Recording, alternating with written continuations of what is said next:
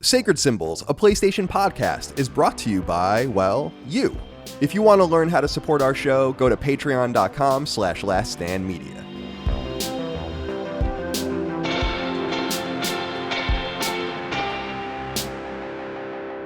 Greetings and salutations. Welcome back to Sacred Symbols Plus, a PlayStation podcast. This is episode number 340, which we're recording before we even record 338, but after we recorded 339. Huh. Strange. My name is Colin Moriarty. I'm joined as always by my son, Chris Reagan. Chris, how are you today, my friend? Doing all right. Doing a lot of errands. I woke up early today, so I'm doing a lot of doing my laundry early in the morning before anybody gets a chance to steal the machines from me, which is nice. Got that whole room to myself. Got me some breakfast last minute. Feeling pretty good. Busy. It's been a busy week. You know, we're recording a lot. We're doing a lot of Snark Tank recordings for the same reason that we're doing a lot of Sacred recordings in it's a very busy it's been a very busy several days, but good, productive feeling. When I lived in San Francisco, I had to do my laundry at a laundromat, and the laundromat was just a block away from me. I lived at 25th and Lincoln. The laundromat was at like 25th and Judah or Irving, 25th and Irving. And I had this shitty old like rolling suitcase. It's like this. Yeah. I actually moved to San Francisco with it. My mom just gave it to me because she's like, it's old and we don't need it anymore. Just like shove all my shit in it and move. And then it just sat in my closet. And every week I would take it out and fill it with all my dirty clothes and like my laundry or whatever. And then I would rattle this thing down the street to the laundromat. And my friend Mike Mitchell, and sometimes I'd bring like my comforter with me and stuff like that because I'd have to do that too. And my roommate Mike Mitchell would say I looked like a homeless person going to the laundromat because I'd have like this rickety old thing behind me and like carrying a blanket. Yeah. And I would try to do it as quickly as possible. You know? Right. Get in there, look at the time, look at the clock, like the clock on my phone and be like, all right, this is how much time. And then go like run an errand and then come back when it's done, change it, go do something, come back. It was like an obsession of mine to try to be done with it as quickly as possible. There's a weirdly fun meta game in that. And it's just like, all right, I have this much time before this is done. How can I maximize this amount of time? It's kind of satisfying when you get a good run. Sometimes it doesn't work out, but you know, today's a good day so far for me. Excellent. Very, very good. When I moved to LA, I finally had in-suite like laundry, and we obviously have laundry here in my house, but I don't miss that. It's something you take for granted when you have to actually leave to wash your clothes. It's a little bit annoying. Dustin Furman, executive producer, nice sweatshirt. Thank you. How are you today, my friend? Doing all right. I was up pretty late last night, finishing up Metaphor for the spoiler cast that is out for you listening right now, but yet to be recorded for us. So ended up waking up a little late.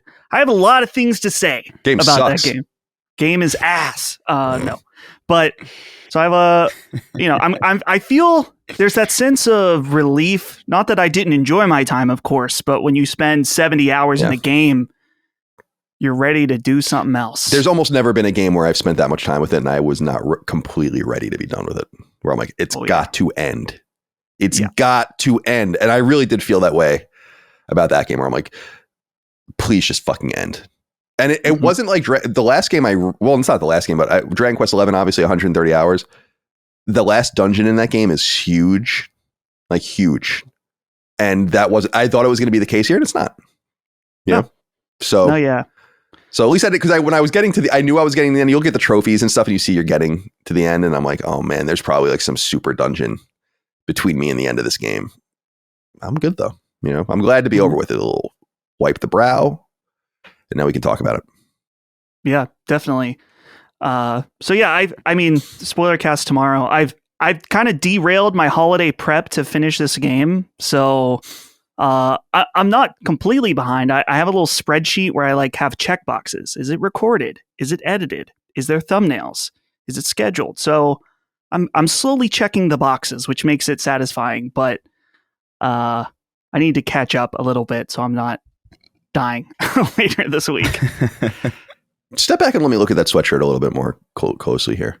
I feel like now so the red thing in the corner, that's like the logo from the box. Right. I feel like I'd like to see it just the Super Nintendo Entertainment System with nothing else on it, I think. You know, just nothing else. Nothing else. There's something on the back of this. I don't remember what it is.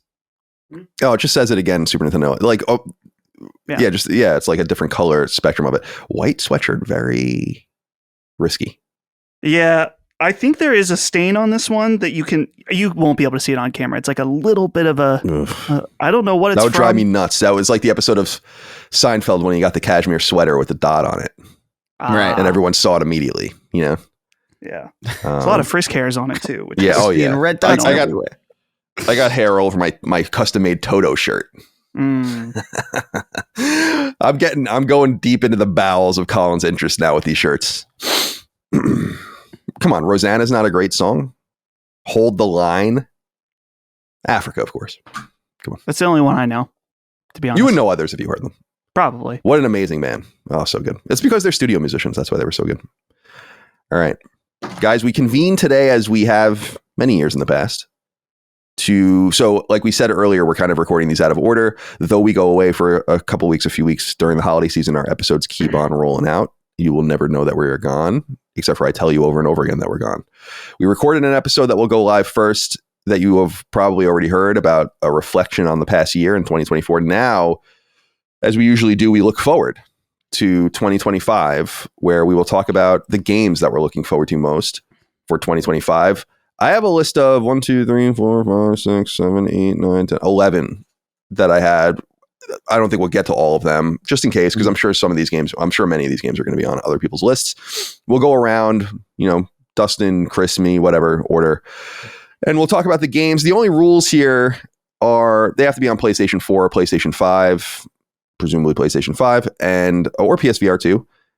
And they have to have either a confirmed, in quotes, 2025 release window or like widely assumed to be ready for 2025. I think we can kind of take it on a case-by-case basis to see what happens. If you have any problems, take any umbrage with the games that are selected, we can get into that. But just wanted to set that up.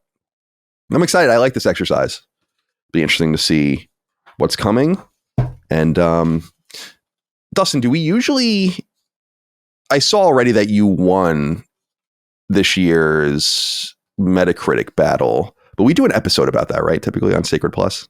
Yeah, Micah and I were discussing. We were trying to figure out if we wanted to do it as a holiday episode this year, or do it as the first episode back next year. And so we decided we're going to do it the first thing when we get back, because I don't think we're going to get any game releases within that first week that we would want to pick. Yeah. So that will be forthcoming for the audience. Cool. All right, let's get into it. I don't need to go first. I don't care. Who should go first? Dustin, you want to go first? I'm ready to go first. All right, and then we'll go to Chris, and then we'll go to me, and we'll just go in that order over and over and over again. Take your time, pick whatever you'd like, and go from there. Sure. So I also have a very large list that I'm kind of just picking from, since I'm assuming you guys will also overlap. But this is the first game I wrote down because it's probably one of the first games I'm going to play next year, a new game. That's Civilization 7, coming on February 11th.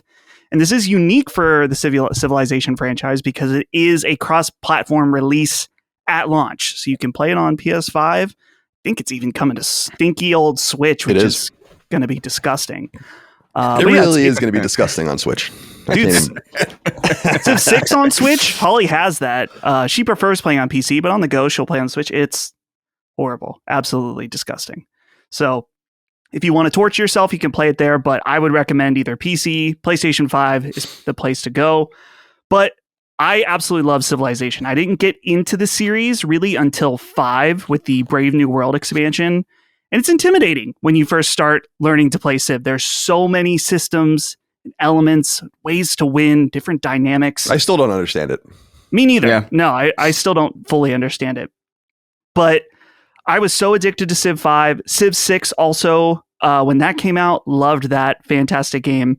And now Civ 7 is on the way. And they've done a few deep dives into it.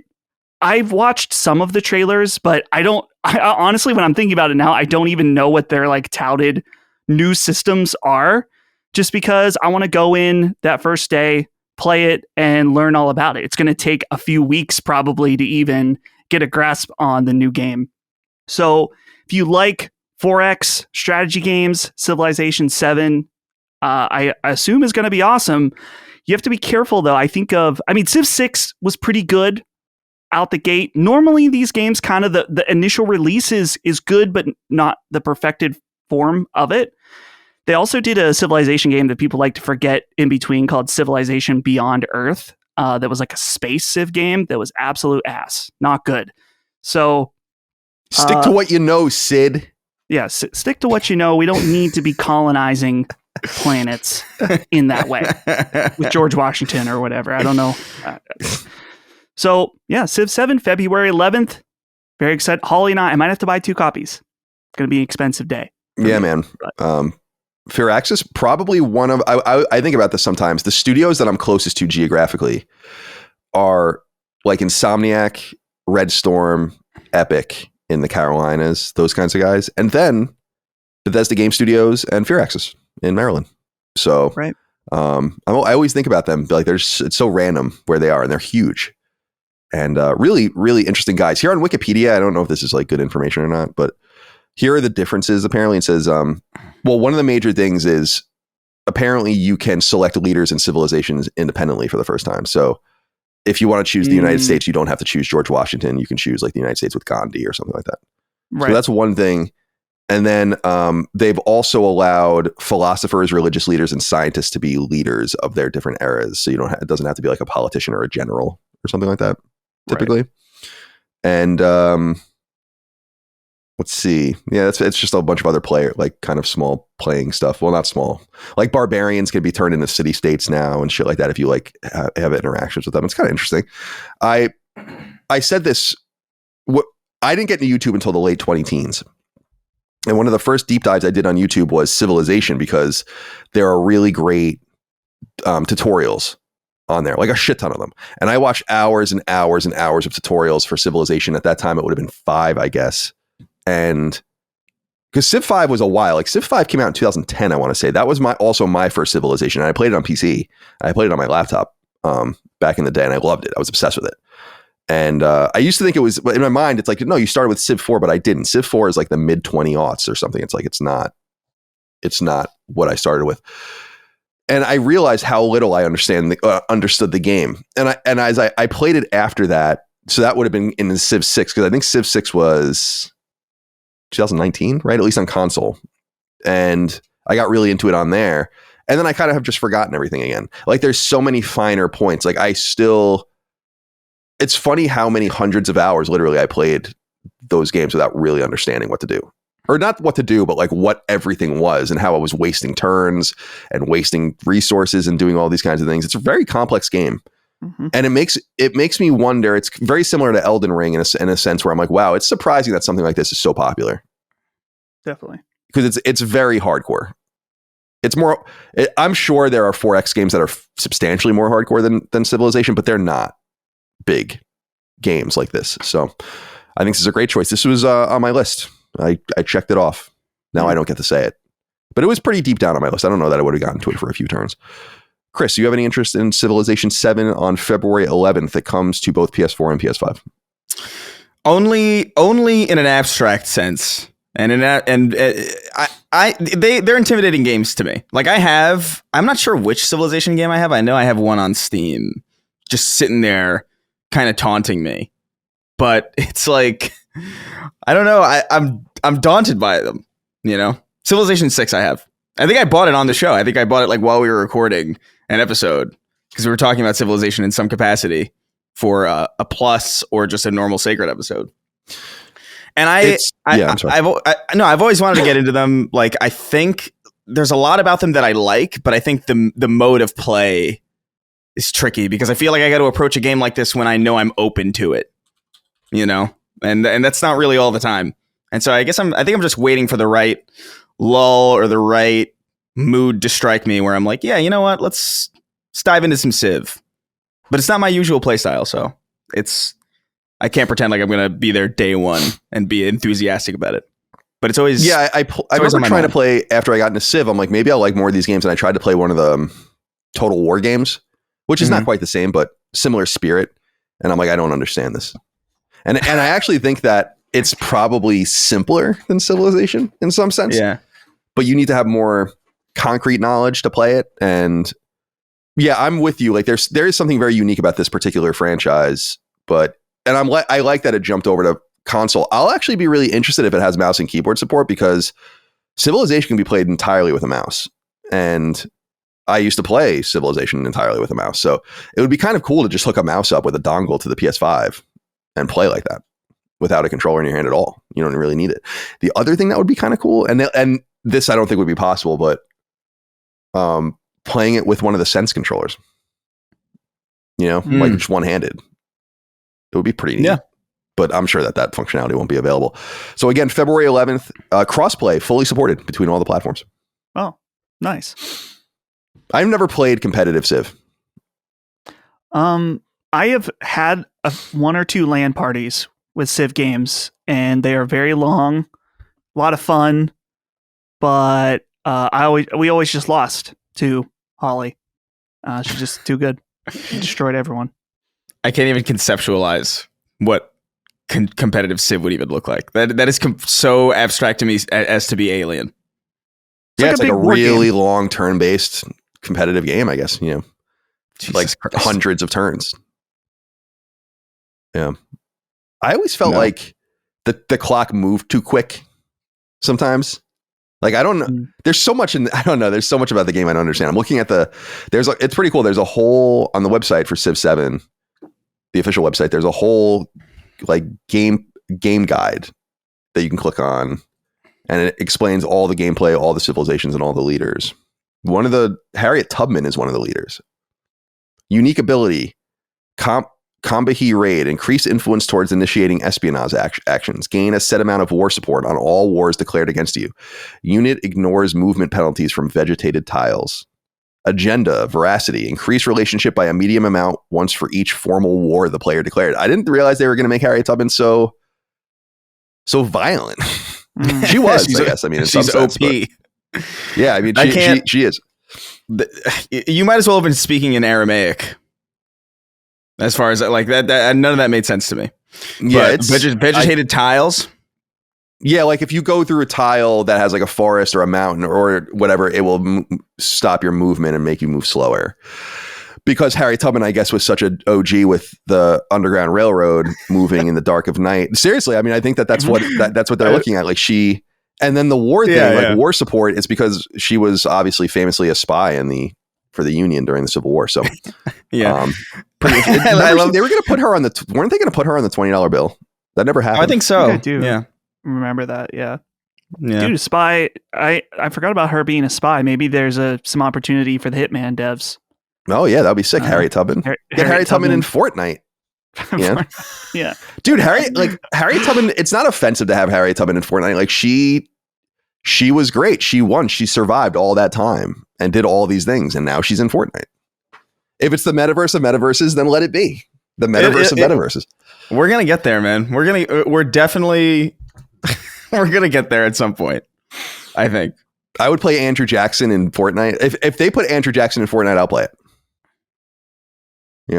Absolutely. Absolutely. We don't get into the Trail of Tears or anything like that, but other things, sure. Better. Right. Yeah, the famous Trail of Tears Fortnite map. I'm sure they go over really, really well. Yeah, it's southeastern United States. Yeah, it's gonna be big. It's gonna be big. Yeah. All right. It would be cool for someone to invest. I mean, it wouldn't be a smart idea, but it would be cool to see some sort of like battle royale or something that reads pretty well that was historical figures only. So like everything is, Fortnite is all these fictional characters and athletes and whatever. And it would be cool if there was just like literally like a shooter that was like Jesus Christ versus, Napoleon or something. Dude, I've always wanted a fighting game like that. Like just historical figures, but it's treated like Marvel versus Capcom. Be sick. Be so good. I love that. I'd be all over it. I love that. That would be so fun. That'd be super fun. Get Malcolm X in there. My favorite, one of my favorite gifts of the last, it's an old gift, but that I've really enjoyed the last few years specifically is the Malcolm X. Who played it's Denzel as Malcolm X in the movie, right? That's based on the autobiography, and it's the gif of him him writing and then slamming something on the desk or whatever. Oh, yeah. I love that. It's so funny. It's so funny. If you've never read the autobiography of Malcolm X, you should read it. It's really interesting. All right. That's your selection, Civilization. I'm keeping track here. So Chris, let's go to you. for your first selection. It can be any game you'd like on PS5 or PS4. Yeah, I have a kind of a roving list. I'm gonna pick based on vibes basically going forward. But I think Outer Worlds 2, kind of a surprise out of nowhere thing that I don't know if I had necessarily expected for next year. But Obsidian coming out 2 RPGs in a row, it's kind of insane. But I really liked the Outer Worlds. There was like a vibe or like a feeling with the Outer Worlds when I played it that I was just like, I really like this. I like the smaller scope of it. I know that it was like a big point of criticism for a lot of people, but I actually really found it really approachable and digestible because of that. And I remember liking the character work a great deal. The art design of it was kind of science fiction, but very distinct. Like when that trailer came up during the TGAs, I was from frame one, I was like, oh, that's the Outer Worlds. And it was really there was really nothing that would have given it away unless you'd played it. It was really just like a kind of a floating pod in space, but I was just like, oh, that's distinctly Outer Worlds. And it looks like they've taken the base of what the Outer Worlds was and kind of expanded on it, made it a little bit more, focused a little bit more on the game feel of it. The combat looked a lot better, a lot more slick. There was a particular thing where I noticed somebody I think the player threw an explosive and managed to shoot it midair and detonate it, and I like that. I like that kind of thing. So to me, Obsidian's a really interesting and kind of special studio. They're really flexible in what they're able to do. The fact that this is a studio that can make something like Avowed, Outer Worlds, Pentiment, and Grounded, and they're all they're all like well reviewed, and people who play them really, really like them. It's kind of interesting. And so for me, as somebody who liked the Outer Worlds but didn't love the combat of it, or felt like there was a lot more to be done on the combat front, if more of what is already in the Outer Worlds is promised for this, but with a better combat system, then that's pretty exciting. And it's so soon after Avowed, presumably, like twice in the same year for 2 big RPGs from the same studios.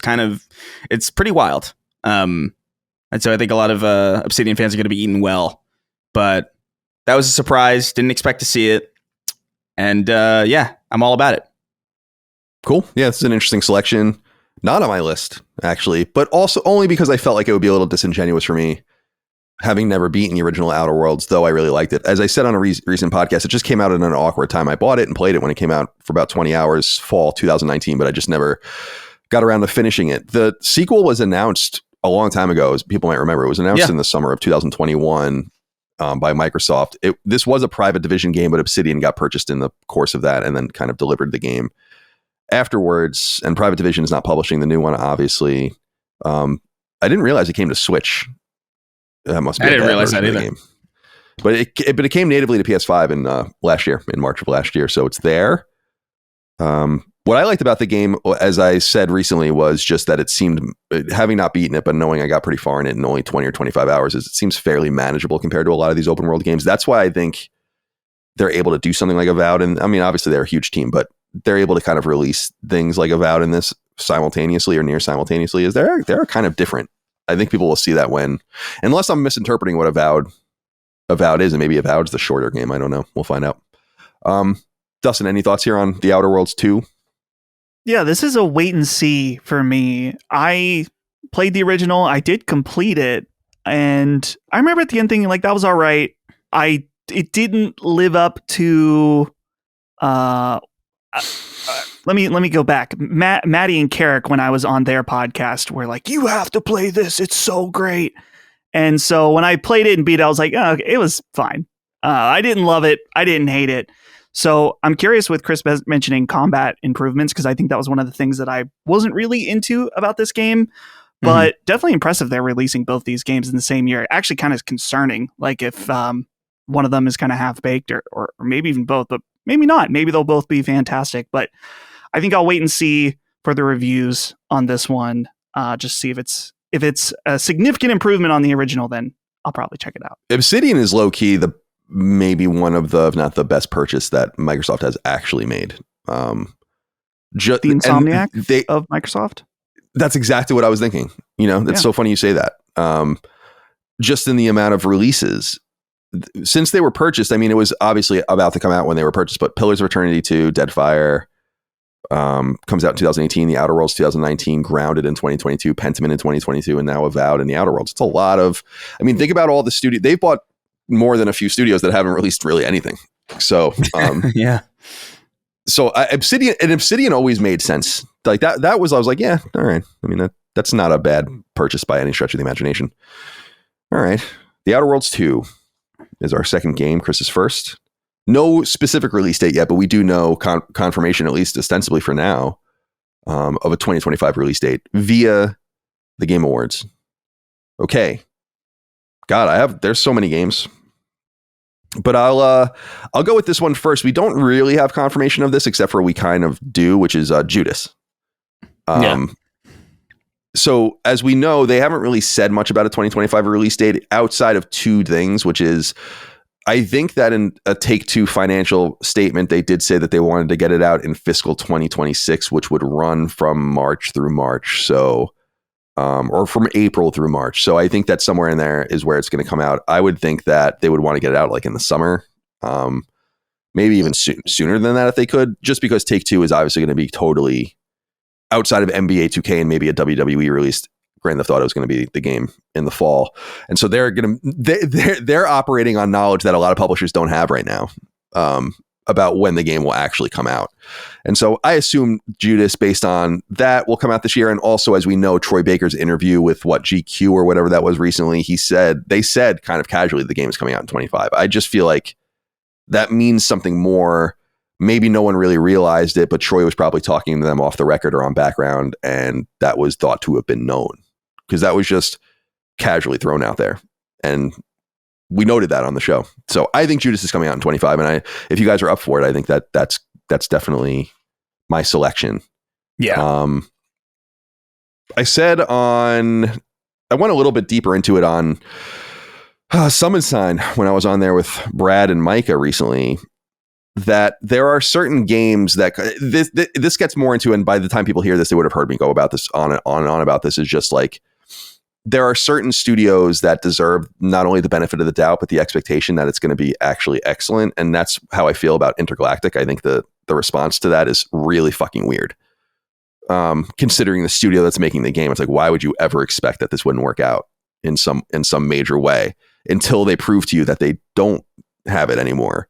They prove to you over and over again. Now, this game, it's a little more mysterious because, geez, in the time that Ken Levine hasn't released a game, The Last of Us came out. 1, Uncharted 4, The Last of Us 2. Naughty Dog's been a lot more active.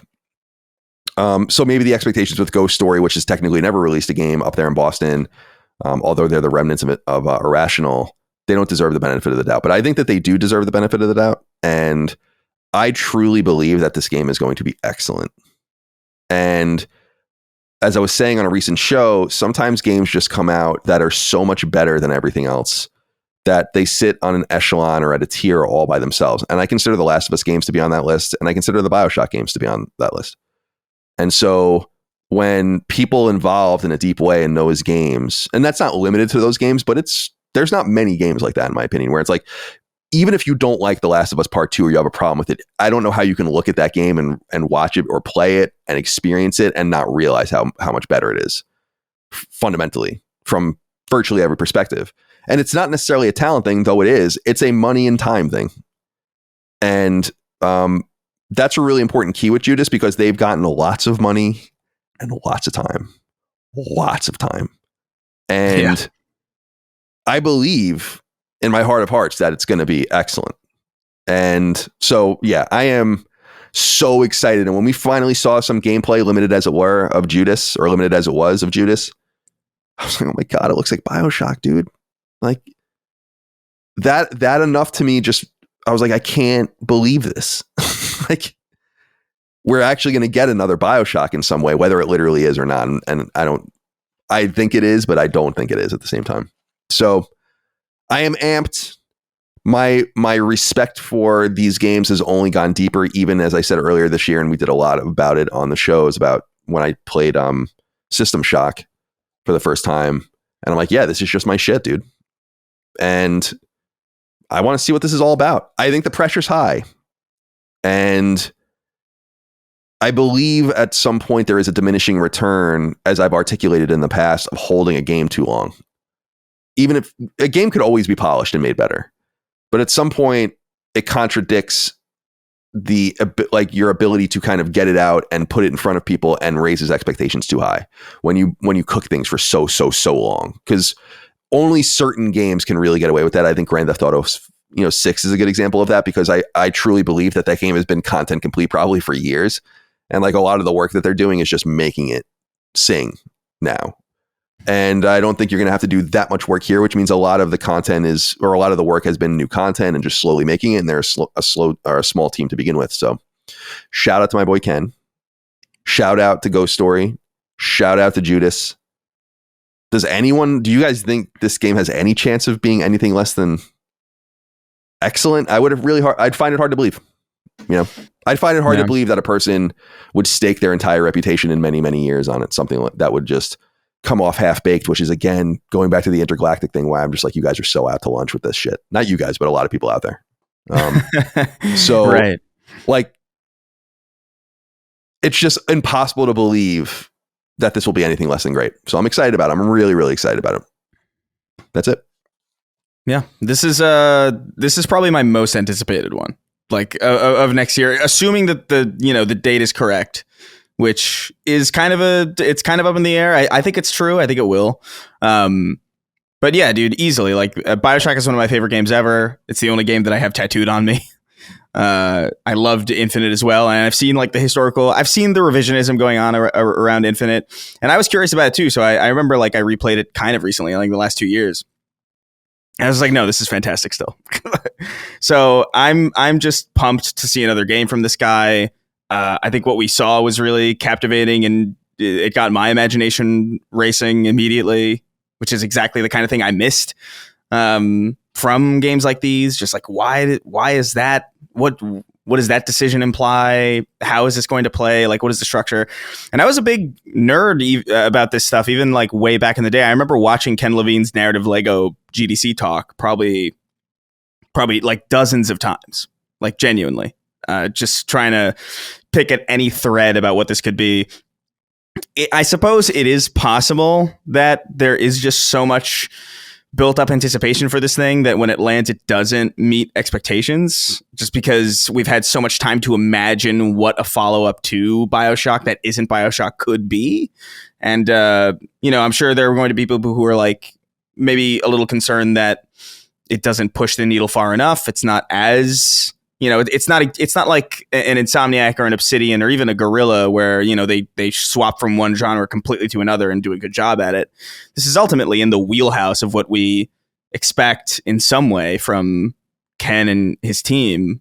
But at the same time, it's also exactly what I want from Ken and his team. I don't know if I want Ken to go off and make a third person platformer Uncharted type game. It's not what I'm in the mood for with him.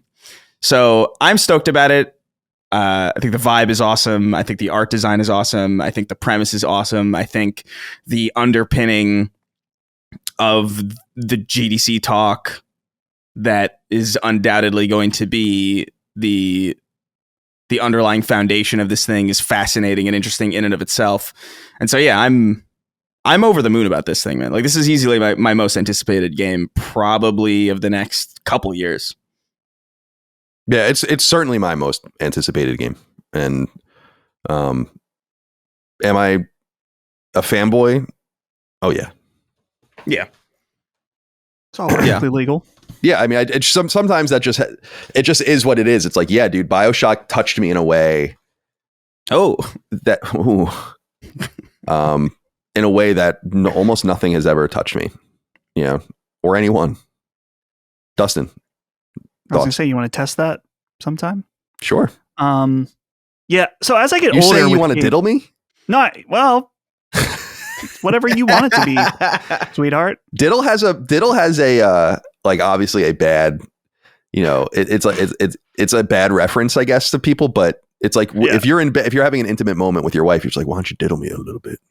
Did you ever say that? Diddle down there. Come on, give me a little bit of a diddle, woman. Yeah. All right, go ahead. Sorry.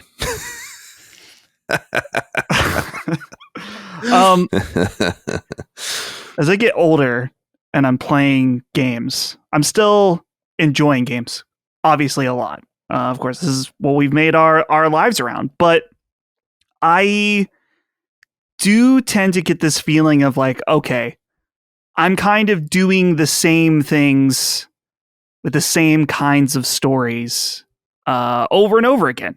And I'm okay with that. I still like that. So when I see a game like Judas that immediately, while maybe the combat is similar to something that I've played before, but at least the idea behind it or what it's teasing, I'm like, whoa, I have never seen anything like it. And that's one of the main reasons why I'm like, I must play it. Of course, because it's a follow-up to BioShock. Of course, because it's Ken Levine, but it's not, it just looks totally new, fresh. And there is something interesting about this, like, what, I guess, is it 10-year development of this game? Yeah, or so. Yeah. It's kind of, to me, it's like one of those crossroads where it's like, it's either really, really interesting because they've had so much time, but at the same point, I guess if we're being fair, that much time can also be a bad thing, where you're kind of messing around too much. But Ken Levine, clearly just from our show or listening to him talk like on GDC, like Chris has mentioned, is like, this guy has crazy ideas and crazy execution of them. And so for that reason, I will always be seated and ready for whatever he releases at any time, always. And the other thing, just to touch on the side, Chris, you mentioned about the revision around BioShock Infinite. It's funny for me. I played BioShock Infinite when it came out, loved it. Played it again a few years later, thought, this isn't as good as I thought. Then I played it again significantly later, and I'm like, no, this game's amazing. Oh my God, so good. 10 out of 10. It's funny because when I played it, I didn't like it at all. People will remember that listen to Podcast Beyond. You might have been listening at that time, Dustin. I don't know if you remember, but where I was like, they made it into a shooter. That was like my big thing. I'm like, it's a fucking shooter. I'm killing. I remember being and it's true. In the first hour of the game, you kill like more people than you ever kill in BioShock, the original one. Like just waves of them. And I'm like, what the fuck are we doing here? Like what? And I just didn't get it for some reason. And it's crazy to think about it. So I was like, nah. And that's the way I felt about BioShock Infinite. And then I went and played it again. I don't know, when it came to PS4, I guess. Because I was like, oh no, I'm just not into it. It's cool. I wasn't really that upset about it. And I was like, dude, what didn't I? It might not have even been that. It might have even been on PS3. And I was like, what didn't I understand about this? It is weird. It's a great example of like having to go back sometimes and see something again. And you don't end up liking it. You end up being like, oh my God, this is so sick. Like the whole story and like everything about it is, and like it's on the first one is kind of catered to Colin, because I think a lot of people, and I think Ken would be the first to tell you this, and we talk a little bit about this in our various conversations, is like people really do misunderstand the original BioShock as being a commentary of Ayn Rand and objectivism, but it's supposed to be a bastardization of it. These are two different things. In other words, it's not supposed to say like, look at how dumb we think this thing is, so we're going to make fun of it. What it is like, here's an idea that can go so bad and it looks like this.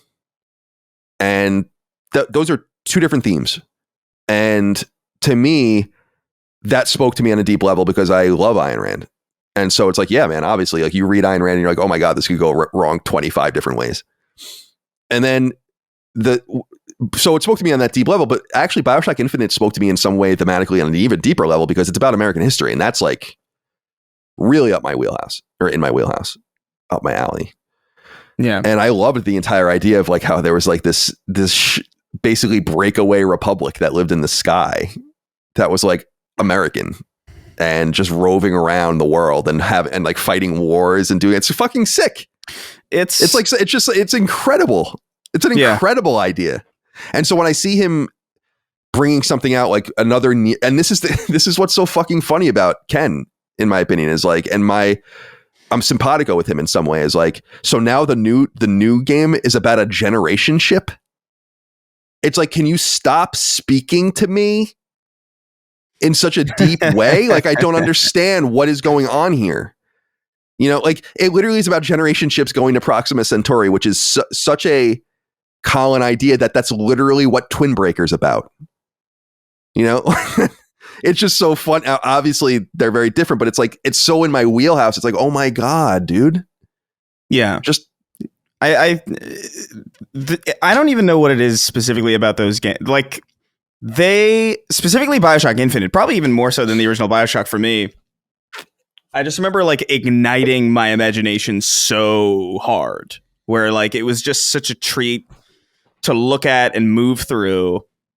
And it feels like when you're playing through it, it's like this feels like almost like contemporary high fantasy in some weird way. Like it's just like the city in the sky, and there's mechanical, you know, the well, I can't even remember what they're called in the game. The handymen? So long.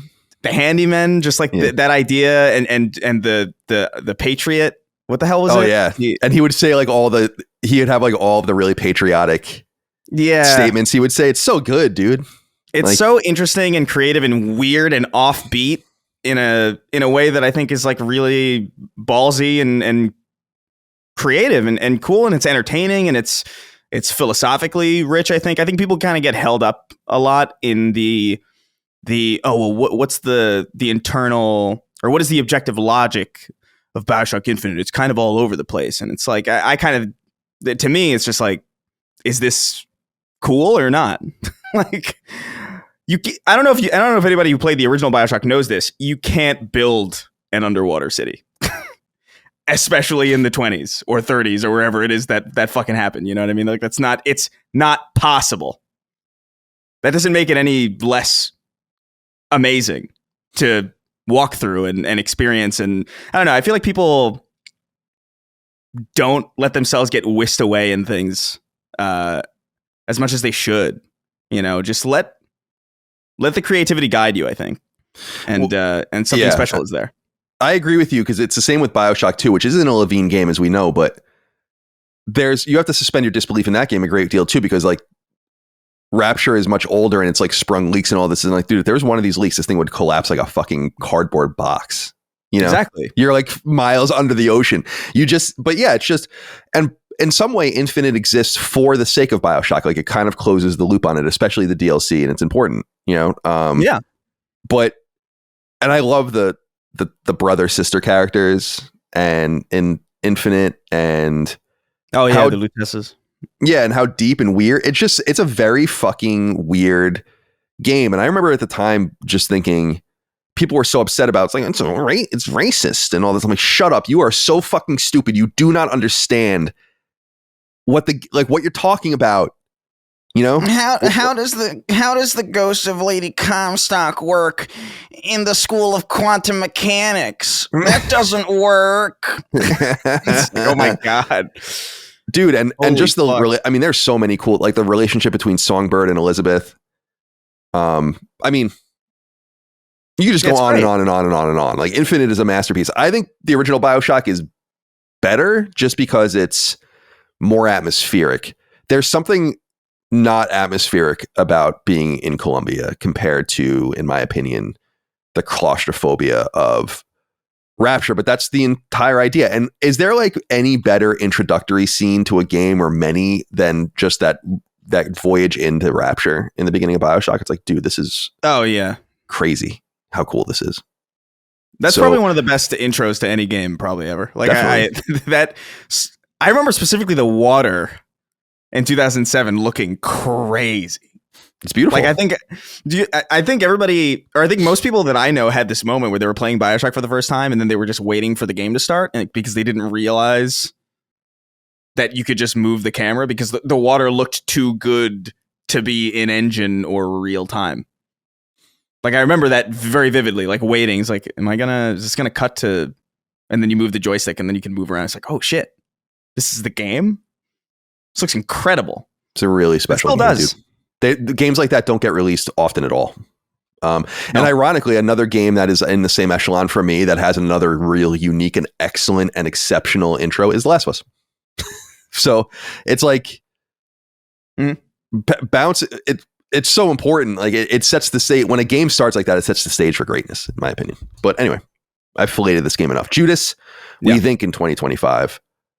I would be surprised if we don't get it by the summer. I think it's not going to come out this year. because I don't know why you would release anything if you were Take-Two in the fall, other than, of course, Grand Theft Auto. Okay. On that, Dustin, let's get back to you for number 2.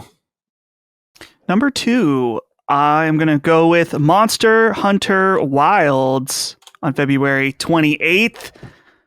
As you may remember from, I don't know, a year ago, our very own Brad Ellis, though not at the time our very own, but Brad got me into Monster Hunter with Monster Hunter Rise. And I had kind of played World, but I didn't have someone to kind of guide me along. And Rise was great, but unfortunately it was made for Stinky Switch and then ported to other consoles. So it definitely has some limitations. But Monster Hunter Wilds is the true, I would say, follow-up to Monster Hunter World, coming out on current gen platforms, of course, PS5, PC, Series X. And I played the beta for this, was that probably about a month and a half ago now. And there's some awesome new changes to this. The way that there's like dynamic weather and how the environment can interact with the monster fights, like a giant tree falling on a monster or something like that. But most importantly, the ability to switch your weapons mid-fight is a total game changer, in that sometimes you want something ranged, sometimes you want a big heavy axe or something like that. And the way it just all ties together and looks amazing too, being that this is the first current gen Monster Hunter game, is really exciting. And so this is a day one for me and the boys to hop on, fight some monsters. Capcom just continually killing it over and over. Are you going to play this one, Chris? This is not a game for me, obviously. This is very much like Civilization, in the sense that I feel like there's something in here that I would like, but I feel like I have to be in the right space to be open to it. I played a little bit of Monster Hunter World. I think because I started with Monster Hunter World, and that I remember that tutorial being, I don't remember exactly what it was about it, but I remember it being really annoying or frustrating. Like, it was like a really long tutorial with a lot of talking, not enough letting me do things. Like, I really do feel like games like that just don't let you get into the game quick enough, because they're mechanically really rich games. And so for me, I just feel like, just let me play it. Let me fuck around with the buttons, and then like give me like an introductory like game, like play session, and then introduce me to like the deeper mechanics. But I feel like I remember that game having a tutorial where like not all of the buttons were activated until the tutorial prompt for them came up. And I kind of hate that. Like, let me swing my weapon before you tell me how to. But it was, so I kind of fell off of it, but I knew that there was something there. Like, every time I see clips of Monster Hunter, I'm always like, damn, that does look fun. But it's just, there's a wall for me that I'm just kind of waiting for it to come down so I can leap over it, but not on my immediate list. I'm looking at sales figures for Monster Hunter. It's crazy. Monster Hunter World, 19.6 million. Monster Hunter World Iceborne, 11.6. Monster Hunter Rise, 14.2. Monster Hunter Rise Sunbreak, 7. Jesus Christ. You know, but enough of that gay shit. Are you going to play Freedom Wars? Maybe. That's in January, right? Yeah, I think it's I think it's January or February at the latest. I probably will, because I was looking and none of my picks were in January. So I have a dead zone where I'm going to be catching up on stuff, but might be down for some Freedom Wars. Yeah, Monster Hunter is going to be a big one. That's a good selection. So 2 of the 4 games are not on my list so far. So I still have a wide selection when it gets back to me, which is interesting. All right. So Monster Hunter Wilds, very exciting. Chris, we can move on to you then for your second selection. Sure. Death Stranding 2. Mm-hmm. I just gotta know what's up, man. The original Death Stranding was such a surprise for me. It really came out of nowhere as just one of my favorites. And I remember, I've told the story ad nauseum at this point, but I remember being excited to kind of make fun of it, because I remember the trailers looking pretentious, and I remember the gameplay looking really, really uninteresting. And then I was hooked within like the first 10, 20 minutes. Like, I think that first needle drop even probably was just like the moment where I was like, damn, this is something different. I'm feeling something that I don't normally feel. And, you know, Kojima, we were talking about like Ken Levine earlier, is like, you know, it's one of these auteurs, and like, this is another guy, man, where he just has so much clout that he's able to sign on incredible people to the most strange ideas. Because like Death Stranding is ostensibly like probably the only walking simulator that actually earns that title. Yeah, it right. Really, yeah. Go ahead. I'm sorry. It is the only walking simulator that I have ever played, truly, holistically. And the idea that could be fun at all is you know, just shocking to me. The way that game recontextualized, you know, your environment is the enemy, and you know, every mountain you climb is a boss of some kind, and you know, it's so interesting the way that game makes you think about your environment and just the physics of it and the world of it, the atmosphere of it, the immersiveness of it. It's really, really great. And it's off the wall and it's offbeat and weird. It's got Mads Mikkelsen in flashback. It's such a strange game. And the next one looks even stranger. You know, there's a stop motion puppet floating around. There's a Power Ranger with an electric guitar that shoots lightning. Like, what? I gotta know what the hell's going on. And Dude, I'm excited the villain. to see. I love the guitar villain. He's so fucking cool. Like, I was like, this is fucking dope. Yeah. Yeah. Yeah. It's unapologetically cool. And that's it. You know what I mean? Like, it just like he really knows how to just make cool shit.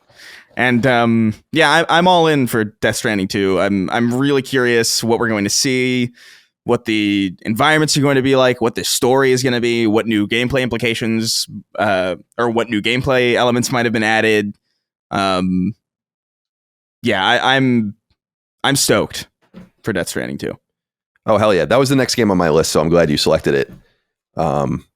It's an obvious one, of course, but at the same time, this is another one of those games where you should have really high expectations. And I do have high expectations for it. There's something about Kojima that I think is most important is he embraces a deep level of camp, which is very attractive to me in fiction. But the key, and I actually just read this about RoboCop recently, which hit me because it's true, is like the reason RoboCop works, and RoboCop's fucking crazy campy, is because you kind of just, though it's lampooning things and though it's obviously doing so, it kind of is consistently taking itself seriously. And as long as it does that, you don't have to take it seriously and you can laugh at certain components of it or whatever, but it feels somewhat real. Like, it's like, yeah, nonetheless, this is actually what RoboCop is, even though when you break it down into its raw components, it's fucking outrageous, you know? And Death Stranding and just Kojima games, Metal Gear certainly is just like that, where it's like, this is fucking crazy. If you think about any of these components, so there's like a terrorist organization that is just with impunity taken over an oil compound in the middle of the ocean. And they have like dudes that there's a guy that made a nuclear bomb as a child. And you got a dude that uses psychokinetic powers. And it's like, yeah, that's right. It's awesome. And it's like, okay, cool. Yeah. Like, as long as that's the vibe I get from it. And so when I see the electric guitar Troy Baker anime, I'm like, awesome. You know, awesome. Love it. Dude, I just remember this striking, because there's like, what was that face mask that's hands, and it like lights the cigarette or something. Like, I'm just like, this is so cool, man. I don't even know what it is about it that's cool. I just know, like, my eyes see it. It's like that, what's that that stupid that image of like the monkey with like the brain is like neurons activated.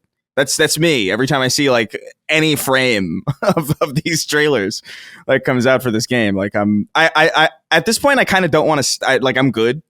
Like, I don't want to see any more of it, frankly. Like, personally, like, I'm good. I'm sold on whatever they're doing. But yeah, this is undoubtedly like on that list. And this is, it's an obvious one. I'm sorry to interrupt you. No, it's just, remember at State of Play earlier this year, we saw like 10 minutes of it. It does feel like it's enough. But I wonder if I'll be able to resist. I don't know. There's certain things where I'm like, ooh, I don't know. Because with Judas, that's a good example where I'm like, I don't want to. I don't even want to know anything about the way it actually plays. Just want to go into it. Dustin, what are your thoughts here on Death Stranding 2 on the beach? Confirmed for 2025 on PlayStation 5. Maybe first half of the year? Possible? I don't know. It's been a while. Could be interesting. So when this game was rumored about Death Stranding 2, I initially was really disappointed. Just because I felt like the original Death Stranding was really complete in its story and everything that it wanted to do. I loved it, but I really wanted to see Kojima do something else. And then this game is now coming. Of course, he has 2 other projects that are announced as well. The trailers feel like he knew, like, okay, I blew everyone's mind with the wackiness, like the good kind of whack, not just camp, but like the craziness of Death Stranding's story. I got to ramp it up to 11. And he's certainly done that, where Death Stranding still, after playing the entire game, feels like a crazy thing. Death Stranding 2 feels like just absolutely insane in all the right ways. So I still, in some ways, as excited as I am, there is a little part of me that's like, okay, you feel the need that the original Death Stranding needs a sequel. You have to prove it in this game. And so far, everything that we've seen so far looks great and looks like he will do that. But I'm very curious when it comes out. That's like, okay, this next part of the story needed to be told, and that's what I'm most curious about. It's also not lost on me, Norman Reedus. I haven't watched The Walking Dead in many years, but I'm pretty sure he's in Europe now in The Walking Dead. And in this game, they're on the ocean, perhaps on their way to Europe. It rhymes. Yeah. It's like poetry. George would be happy. It rhymes. It rhymes. Yeah, great, George. It sucks. Jar Jar's the key to all this. Dude, we've been on the Shark Tank. We keep coming back to just a meek George Lucas saying heinous. He's so fun to do. He's like, I think you should stay out of our country. I think. Yeah, he's like an immigration hawk. I love that. I love the shot that's circulated every so often of some random documentary, and he's just walking behind them in the shot. Yeah, Do you know what I'm talking about? Yeah, I know exactly what you're talking. He's like on the street or something. Yeah, it's like, what are you doing? You're George Lucas. Like, where are you? He's going to the 7-Eleven to get to Arizona. He's like, there's a clip of him. One of my favorite clips ever of him is when he's like, Jar Jar is the key to all of this. Yeah. Have you seen the photo of him just chilling in a mall food court? Yeah, eating like Panda Express. Yeah, with a Diet Coke. I kind of dig that in some sense, where it's like he really does seem like he never changed, which is cool as fuck. But at the same time, I'm like, George, have an assistant go and get you the Panda Express. You don't got to go to the mall. You're George Lucas. And people are just, I guess, letting him sit there. I would have been like, holy fuck. I wonder if most people even know what he looks like, though. Like, I'm sure it's interesting, the dichotomy of that, because like he's in that mall food court. Everybody in that food court knows the thing he made, but like probably like 99% of them have no idea that that's him. Yeah, it's true. I'm always surprised by, and then I'm surprised by the things I don't know and the people I don't recognize. Where they're like, you don't know who the fuck that is. I'm like, I have no idea who that is. So yeah, it's not super surprising. Yeah, God bless George Lucas. What an interesting man. Yeah.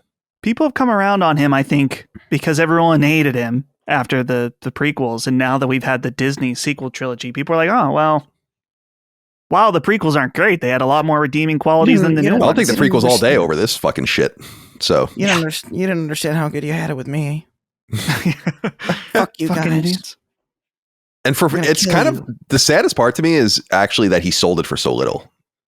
Like through a more modern lens, that I think is going to be the biggest takeaway ever. Is like you sold it for $4 billion. That seems to be crazy to me. You know, that's a lot for that's an inconceivable amount of money. In fairness, it is. But when you think about I'm just looking at it through the lens of like, dude, Sony bought Bungie for almost that much money. That's a joke, True.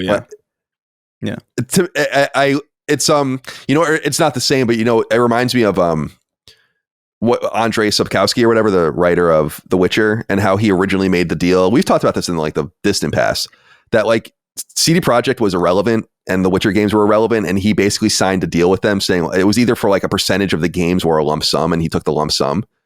Yeah. And this was during, I guess, The Witcher 1, and it was some sort of perpetual contract to the point where it was deemed so unfair by Polish law that they forced him to redo the contract, like in the light of Witcher 3, which is so interesting.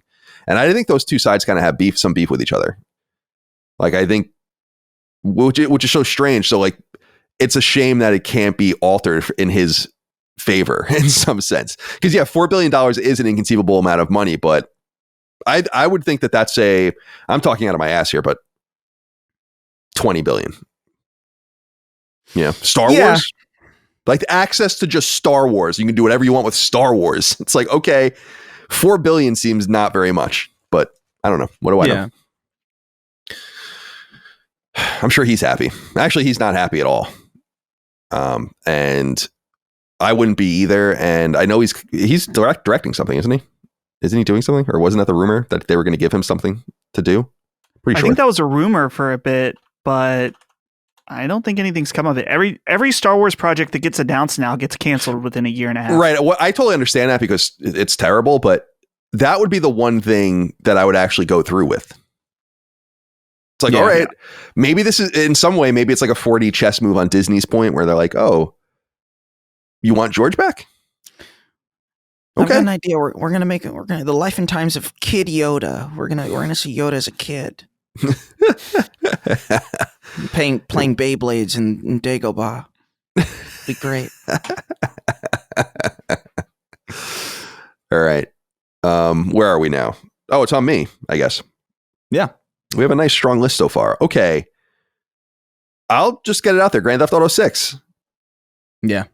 I'm an old school big Grand Theft Auto fan. Obviously, I've fallen off in a major way in recent years with decade, really, with GTA 5. But this is obviously an extremely special series, an important series. And it goes without saying that I think we all understand Grand Theft Auto 6 will be the single biggest piece of entertainment ever in terms of money made.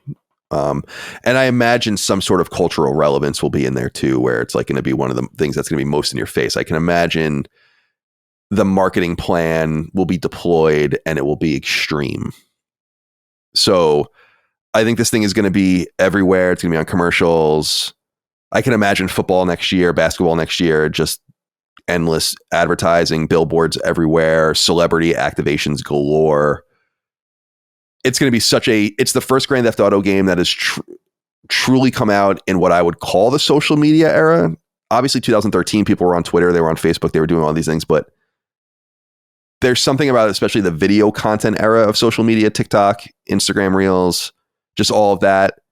People really being present in that space, both big and small. I don't know. I just think this is going to be a cultural phenomenon. So it goes without saying that I'm really curious to see what it is. And there are games we discussed. We brought up Intergalactic. We brought up Judas, where it's like, I have expectations for this. This game is so expensive and has taken so long to make that you'd be a fucking idiot not to expect an amazing game. And I don't mean that it's going to be. I mean that you'd be crazy not to expect that would be what you would get out of all of this. So I think people are going in with heavy expectations. You should. I hope they're met. I think they will be. And I hope it's a great lampooning of America. I think there's so much to be said about the United States since Grand Theft Auto 5 came out. Think about the entire Trump era is post Grand Theft Auto 5. All of it.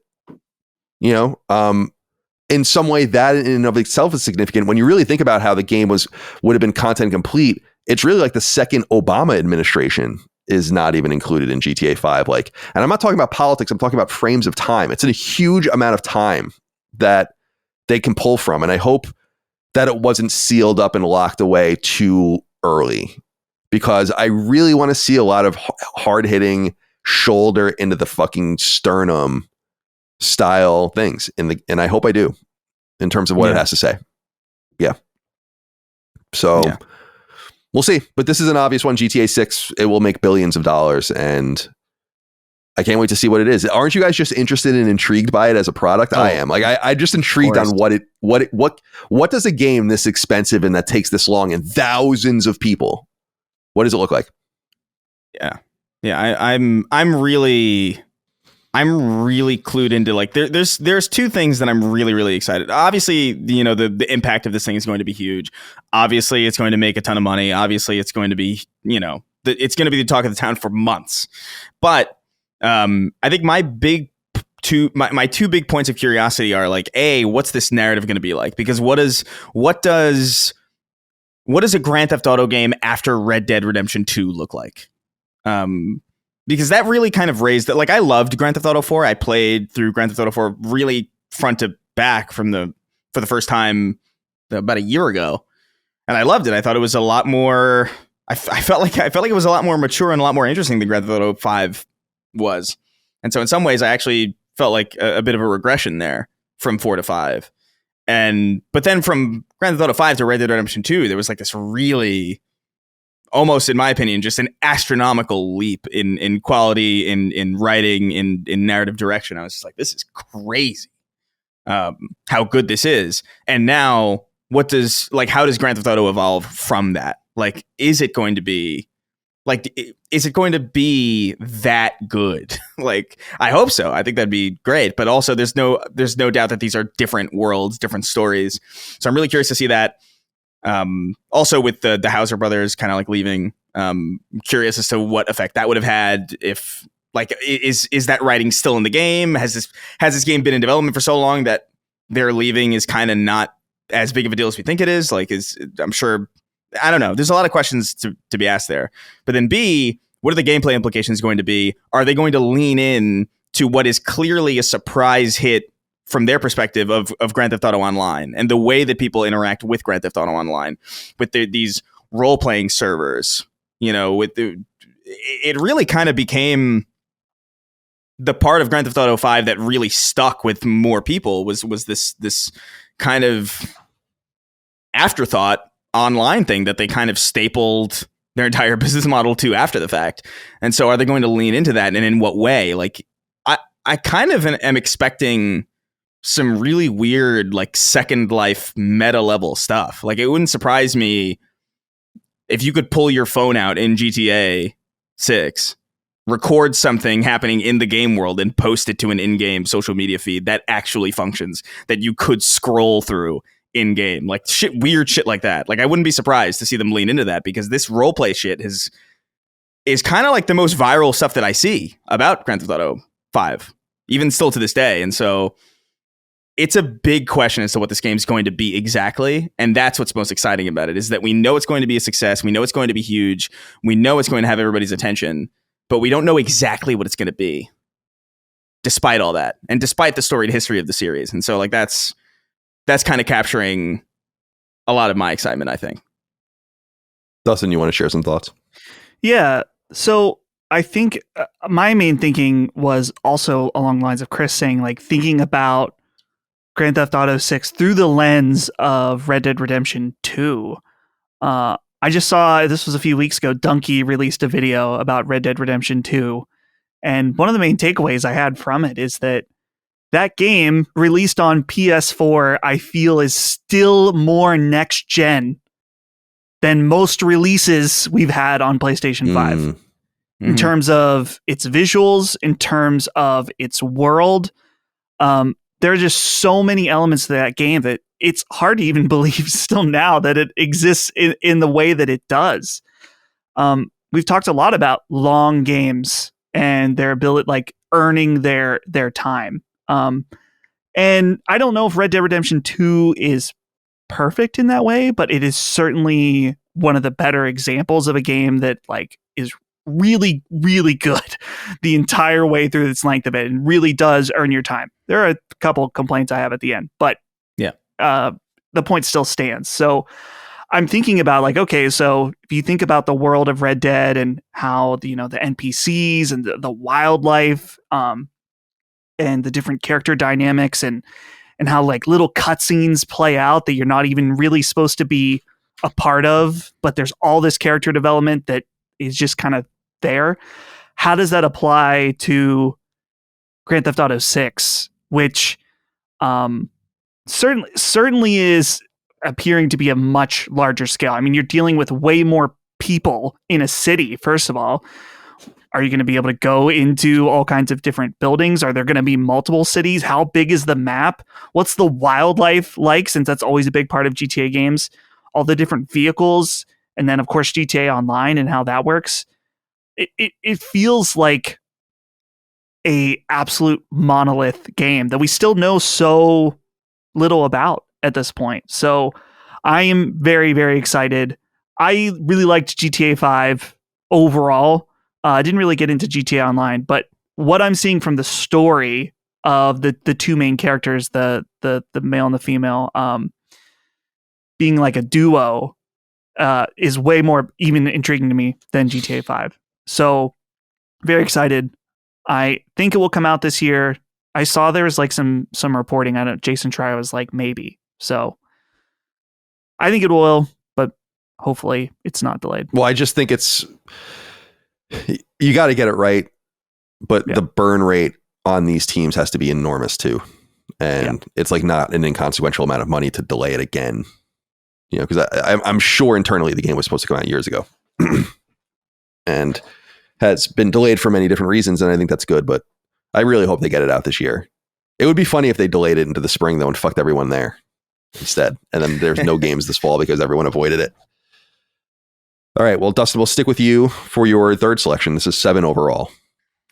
Okay. Let's get the obvious pick out of the way, and that would be Elden Ring Night Rain, just announced. So we're pretty fresh off of talking about this, but I am really excited by this in that it is a follow-up to Elden Ring that's not a sequel and something completely different in a way that it's focused on multiplayer specifically. In fact, I've already seen a lot of the jokes online about this being Elden Ring Fortnite, and it's not really. Of course, it has that ring mechanic that is similar, but I love this idea of taking all the assets from Elden Ring and even previous From Software games and taking the design and just amplifying it, making it multiplayer only, and making something new from that, what you already have. And one of the most intriguing aspects to me is how it seems they are mixing a bunch of different FromSoft elements into the game. There's more of a Sekiro style jump where you can jump up a ledge. It looks like there's some form of either a trick weapon or something like a trick weapon from Bloodborne, or the prosthetic arms from Sekiro, potentially something along those lines being in the game. And then also just a remix of old bosses in an Elden Ring game. Of course, the Nameless King being in this was a big surprise. And so I wonder what other stuff. Are we going to see a Bloodborne boss in here? Probably not, with Sony owning that. But either way, from maybe something from other Dark Souls things as well in there would be really neat. And it just is crazy that From Software is the team that practically, they took a few years between Sekiro and Elden Ring, but since then we got Elden Ring, then we got Armored Core, then we got the Elden Ring DLC, and now we have another game coming in 2025. So they just continually hit, and over consistent with the quality. This is clearly the most different thing that they've done in a very long time. And it's also not Miyazaki directing. It's someone else at the team doing it. So definitely feels a little risky in that sense. But I'm curious about this. Like I said, this idea of like, okay, we have this core. What can we do with it and reimagine it in a new way that's multiplayer? So Elden Ring Night Rain 2025. Again, this is just like Monster Hunter Wild. This is a game for the boys to play together. Brenham, you interested? I mean, again, not a game for me, so I won't speak on it too much. I think it's very wise, and I think it'll do very well. One of the things I was saying on Summon Sign recently was, what if they had decided, I mean, they're not doing this, but it would be an interesting free-to-play game Like, how many people could you get in this game if you just didn't even charge for it? And could you make money that way? I think it would become like I don't think it would be like, in the top echelon, but I think it would be a big player. Chris, are you going to play Elden Ring Night Rain? It has a date, right? Doesn't it have a specific release date already? I don't think so, but I will double check. I think it just says 2025. All right, go ahead, Chris. Elden Ring. Yeah, I don't know. It's not. I'll be paying attention to it. I feel like this is a game that I will play, but not necessarily because I'm excited to. I feel like I've got my fill out of Elden Ring. I've spent a lot of time in it, and I appreciate it. And it's great, absolutely. But I feel like I can only play a game like that once in a while. And so for me, I'm kind of fresh off that DLC, and for this game to be kind of just looming on the horizon, I don't know. It's not exactly something that I'm looking forward to, but I can see a reality where that game comes out and I get messages from like all my friends being like, you got to jump on Elden Ring with me. And I'm just going to probably succumb to that. So I think likely, yeah, I will probably play it, but it's not on my list. Yeah. I'm interested to see how it does and how much it will cost as well. $40 maybe. I think I saw someone talk about the price. I think it's a $40 price point, from what I remember. I'm not seeing anything confirmed about the price, but I would imagine 40 or 50. Yeah, that seems right to me. Again, I would be very interested to see this game be what you could do with this game being free. It would be an interesting experiment, but they probably wouldn't make nearly as much money. Oh, okay. This Reddit comment says the director confirmed it's $40. $40. Yeah, that's like the Helldivers 2 price point. I think that's good. I think that's we could assume Concord did cost that much, and I assume Fair Games will cost that much too when the time comes. Yeah. All right, this brings us back to you, Chris, for your third selection. This is 8 overall. Okay, so this is my number 3. I'm gonna go. You know what? I'm gonna go with Claire Obscura, Expedition 33. This thing looks weird, man. It's one of those games. I'm a sucker for interesting art direction, and this game kind of has it. It's got a realistic style, kind of, but there's like this it's like a really slight stylization to it that I really like. It's not quite cartoony. It's not quite Fortnite. It's not quite realistic.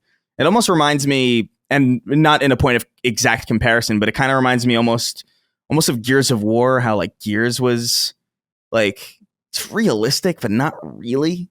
It's like, there's like some kind of, there's a stylism. There's like there's a stylization going on here. And the premise seems interesting. I like the fact that it looks kind of Persona coded without necessarily being, anime. I think that kind of speaks to me a little bit. I thought you were just going to say lame. So thank you. No. That'd be fucking so cruel. Without being lame. Yeah, without being stupid, dumb, and gay. No, yeah. I think it looks cool, and I like the. I think I remember. I could be misremembering, but I feel like I remember there being some kind of real time element to it as well. To that combat, I think probably more along the lines of Sea of Stars than something like Final Fantasy VII Rebirth, but. That speaks to me because I do like turn-based games. I really do. I just think like a lot of the turn-based games that I play just happen to be in this visual style that kind of drives me away, or that I kind of find a little bit garish, or just not particularly appealing to my sensibilities. So this kind of borrowing a lot from just the Persona UI and promising that kind of experience in a style that I find a little bit more approachable, with a premise that feels kind of out there. Like I think I remarked like when we first saw this trailer. And we were talking a little bit earlier, like in this episode, about Death Stranding, how like, or I think it was about Death Stranding that we were talking about this, how like characters, or Kojima in general, how characters in the world can take something seriously. And even if it's insane, like the fact that they believe it's real kind of grounds everything. And this whole game seems like an insane hypothetical that I would make as like a joke. It's like, what if there was like what if there was a giant demon on the horizon? It was just like, and he wrote like a number, and everybody who was that old just disappeared. Like, wouldn't that be crazy? Like, it seems fucking lunatic. It's insane, and in some ways kind of hard to take seriously. But the fact that the whole trailer is like very it's like grimdark and very, very serious. It kind of sucks you in. And I'm really interested in this. It's also just kind of outside of my normal wheelhouse. It's not a game that I would normally play. And so the fact that it's got me excited at all is, I think, a testament. But yeah, I think this is one of those games that has my undivided attention. I don't know if I want to see any more of it though. I think I'm kind of interested in going in blind with this because it is so weird and obscure. And I don't believe the team is particularly storied, if I'm remembering correctly. No, it's a new team. 30 people too, I think. The team is called Sandfall. It's being published by Kepler, which is a smaller AA publisher. Yeah, man. So it's cool. Like it's rare that I feel like we get a game like that, or a game that looks this good from a studio like this. So yeah, they got my attention for sure. Yeah, I think this game looks good too. I'm looking to. I think it looks great actually. I'm not sure if they've said 2025, but I think that's the expectation, and so that's totally allowed for me because I think this is a really nice selection. I'm sure you're into this too, Dustin. Oh yeah, and I just remembered. I'm just looking at all the different info online. Supposed to be 30 plus hours for the main game and launch at $49.99. Perfect. All that's perfect. Look at Kind that. of crazy. The thing that intrigues me most about this game is the story, for sure. I love the art style as well, but this vague paintress that just writes a number and everyone dies immediately. And so each year they send out a different expedition of all people that are up next to go. Pretty cool. So I really like it, other than the fact it's so French. Why does it got to be so French? That's the worst part. It's definitely the worst part. So other than that, though, looks great. It does look great. I'm watching some of the videos now. It does look awesome. And to the idea of the game, I love the kind of just a weird idea of this fantasy setting where someone just selects how old you are and everyone dies. It's interesting. Okay. Oh, it's the paintress. Not quite slop. Doesn't work. No. They've sealed my fate with a number. There you go. She painted my age. All right. Let's see here. I have 3 more selections. This will be 9 overall. There are 2 kind of offbeat ones I want to get on here, I think. So I'm going to just go with one more, I think, fairly obvious one is Borderlands 4. Oh. I've realized this, I think, more over the last couple of years, but it's taken more and more time for me to realize it, is that I feel like we're not getting enough shooters. At least nothing I want to play, or little I want to play. I think it's probably one of the reasons I was so into Immortals of Avium. Oh yeah. Is because I was like, it's just a AAA shooter, single player shooter, and it could be third person too. I wouldn't mind that, but again, this is why I was like, The Last of Us Online canceled. The Division Heartland canceled. It's like, damn, dude, give me a shooter for Christ's sake. And Borderlands 4, I think that will be totally nice. I think it looks great. I think we're getting to the graphical fidelity on these machines now where the Telltale Borderlands, it's funny, it's a double entendre because I meant Telltale, not the proper noun, but it's also like the Telltale style, Borderlands style cell shading is really starting to pop in a way that these games look extraordinary. I thought Borderlands 4 and what they showed, I was like, this looks fucking sick. It's what we talk about all the time. It's not real. And the way you leverage these machines is not to go into the uncanny valley of more and more realism, but to just become more and more stylized. And I think that's really awesome. So I'm amped about Borderlands 4. I've decided that I'm going to, especially because there's been kind of a dearth of new releases that really are attracting me right now. And so I'm going to try to get into some more back catalog things and things I missed earlier in the year. Finally give into Balatro, which I've again just been putting off because I know it's going to fuck me up. So I'm trying to just get through a few more things before I play it, because I just know, based on what I've seen, that I feel like I'm going to become addicted to it, like so many other people have become addicted to it. But I'm going to sit down and play through Borderlands 1, I think, all the way through this holiday if I can. And I've never beaten any of the Borderlands games, and I've yet played them probably for a combined 100+ hours, if not more. So a little bit of motivation. I also saw some unfortunate news. I don't know if you guys saw that this broke. I guess we'll get into it maybe on Sacred itself, and we already would have. is that apparently the sequel to Tiny Tina's Wonderlands was canceled internally. So it's one fewer shooter. And again, I think that's why I played that game back in what was that 2022. It's like, oh, it's just like a first person shooter of a AAA quality. I just wish that more of these came out that didn't emphasize online multiplayer so much. Right. So Borderlands obviously is fundamentally a co-op game, but I always played them by myself, and I'm totally fine to do that. And I think they're made to do that as well. So yeah, shout out to Borderlands, Gearbox. Excited to see what they have to say. It's been a while. It's been about 5 years from the time we're recording, so it'll be longer than that by the time the game comes out. And I think it's time, and I think it'll do very, very well indeed. So don't know if you have any interest in this game, but yeah, this is going to be my third selection, number 9 overall. Yeah. I don't know how I feel about it exactly. Like, I think because I think it looks really good, but I also feel like they're underplaying the cel shaded aspect of it. Like, it feels less cel shaded to me. Like the new, or at least like from what I remember, I could be misremembering the trailer, but I do agree that style looks great, and I feel like that's the style that we should be leaning into more. Not necessarily cel shading, but just like stylized. I'm open to it. I like the tone of what they're going for. It looks like they're kind of getting, but not that Borderlands has ever been super serious, but it definitely was.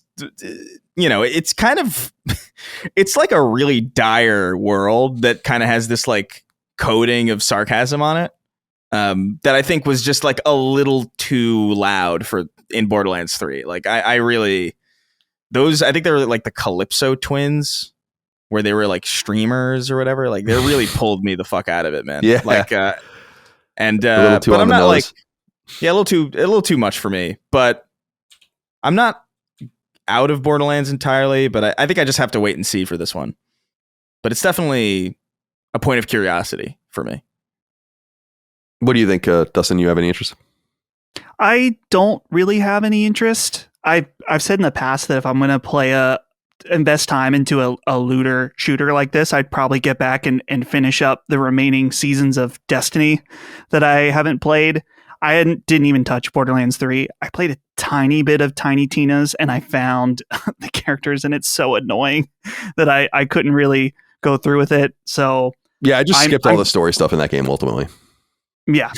So we'll see if it comes out and it's a 10 out of 10, maybe, but probably not for me.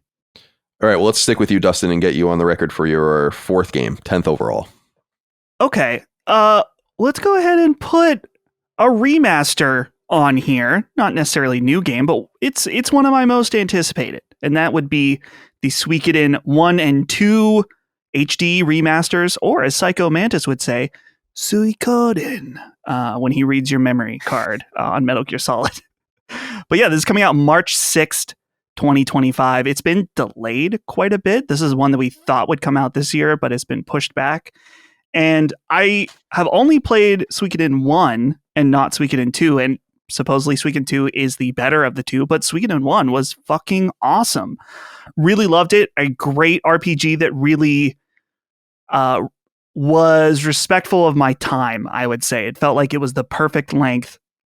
And just a really unique angle where there's 100 different people that you can have on your team, which sounds like a watering down of party members, but you still kind of have your core crew that you can keep, and there's lots of story stuff that happens with them. But everything I've seen of this remaster looks great. A lot along the lines of what Square Enix is doing with the 2D HD. But what's interesting about Suikoden, at least the first one and the little bit I played of the second one, is that they were kind of doing the 2D HD thing before on the PS1 by mixing sprites with 3D environments. So they already had some of that going on. But I'm excited. I'm going to replay the first Suikoden and then go and finally play Suikoden 2 when it's out for the first time ever. And I love the look of these old school JRPGs. And there's so many that I haven't played. And so this, and while I don't know if someone else will put it in, but this and Lunar in the same year, very exciting. Oh, someone else is going to put it in. Okay, well, you can. I gave you the offer earlier, so please do. I might take you up on that. Please diddle me. Oh, I'll give you a little diddle, boy. Give me a little diddle. You can't say diddle that. here, That's horrible. diddle there. I mean, come on. Can't say that. Is anyone using diddle earnestly, like, come here, woman, let me give you a little diddle. No, that's not. Absolutely not.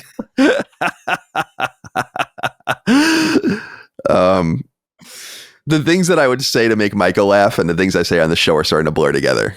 Yeah. All right. Yeah, Suikoden 1 and 2. Yeah, I don't know. I was more excited about it before I played Ayuden Chronicle, which is one of the few games this year I didn't finish, where I'm like, I just don't want to play this.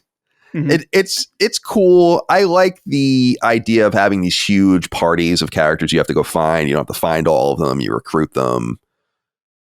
It's not exactly what I'm looking for. I'm looking for something a little more limited, I think, in my JRPG experiences. Though I think there's such a thing as too much limitation, like in playing Dragon Quest 3 right now for the first time in 20 something years. I'm like, man, this game is so traditional. You need to break the mold a little bit. And I think that's what they were trying to do with Suikoden, and I appreciate that. So I think it's going to do very well. And I think there's reasons to be really confident in the nature of the collection itself with the accoutrements that it comes with, because Konami has done such an awesome job with Castlevania specifically, but also the Contra collection is supposed to be excellent, and a few other things. So and like a lot of cool things in it to like that people that are fans will be interested to see. So what's his name? The guy that made Suikoden, he died, right? Yeah, I don't remember his name. I remember that he passed away. It was either this year or late last year. Yeah, I feel like it was this year. It's too bad. So yeah, and Chris, I won't go to you for this. I'm sure you don't care about this game. Yeah. But we will go to you for your next selection. This is 11 overall, 4th for you. Right. Okay, so let's see. You know what? Doom, The Dark Ages. Oh. This is my game, man. I love Doom. Doom 2016 was like a running joke on the show for like a really long time for, our first, I don't even know what you would call like 100, 200 episodes. Or he'd be like, he brings up Doom 2016 all the time. It's because that game was sick, first of all. But then like Doom Eternal comes out at the beginning of the pandemic, and it's even better in pretty much every way. There's one way where I think the original Doom was better, or the original 2016 Doom was better, which is like coherence or like cohesion between the levels. I thought the hub design was kind of like a little bit weird, but the combat I remember just being so different and so improved in so many different ways. Like the fact that they turned that elegant dance of like resource management and like, different guns did different things, and different styles of attack generated different resources. And so it was a game of balance, and you kind of had to string together combos in some way. The grappling hook like really sped the game up as well. It made it so fast and frenetic. Just a really, really solid game, and a game that feels very, very different from Doom 2016, which I don't know, man. Like, I feel like at a certain point, especially like in the PS4 generation, sequels started to kind of blend together a little bit. I remember this specifically with Vanilla Destiny 1 and Vanilla Destiny 2, where, the jump between those games is very, very minuscule in the way that they feel to play. Obviously, Destiny 2 is insane now through like many, many, many updates.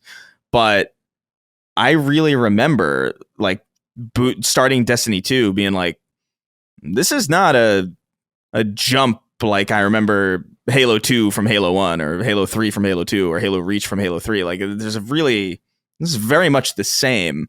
And so for a single player first person shooter to come out in this, the contemporary kind of generation, to feel so distinct and different from its predecessor was a real treat. And this looks like it's doing that yet again. It's like, okay, here's Doom, but you've got swords and shields and there's a parry mechanic. It's actually slowed down from Doom Eternal, which I think is like a really interesting impulse, or like a kind of a ballsy move, because I think the instinct, not only of game design, but of storytelling in general, you see this a lot in long-running TV shows and long-running anime, where it's like the impulse is to kind of power scale everything up. Like, so, Doom 3 is going to be 3 times as fast, and you're going to be, moving at the speed of light, killing demons in a tear in the space-time continuum. It's like, no, we're going back to medieval roots, which Doom has always been kind of rooted in.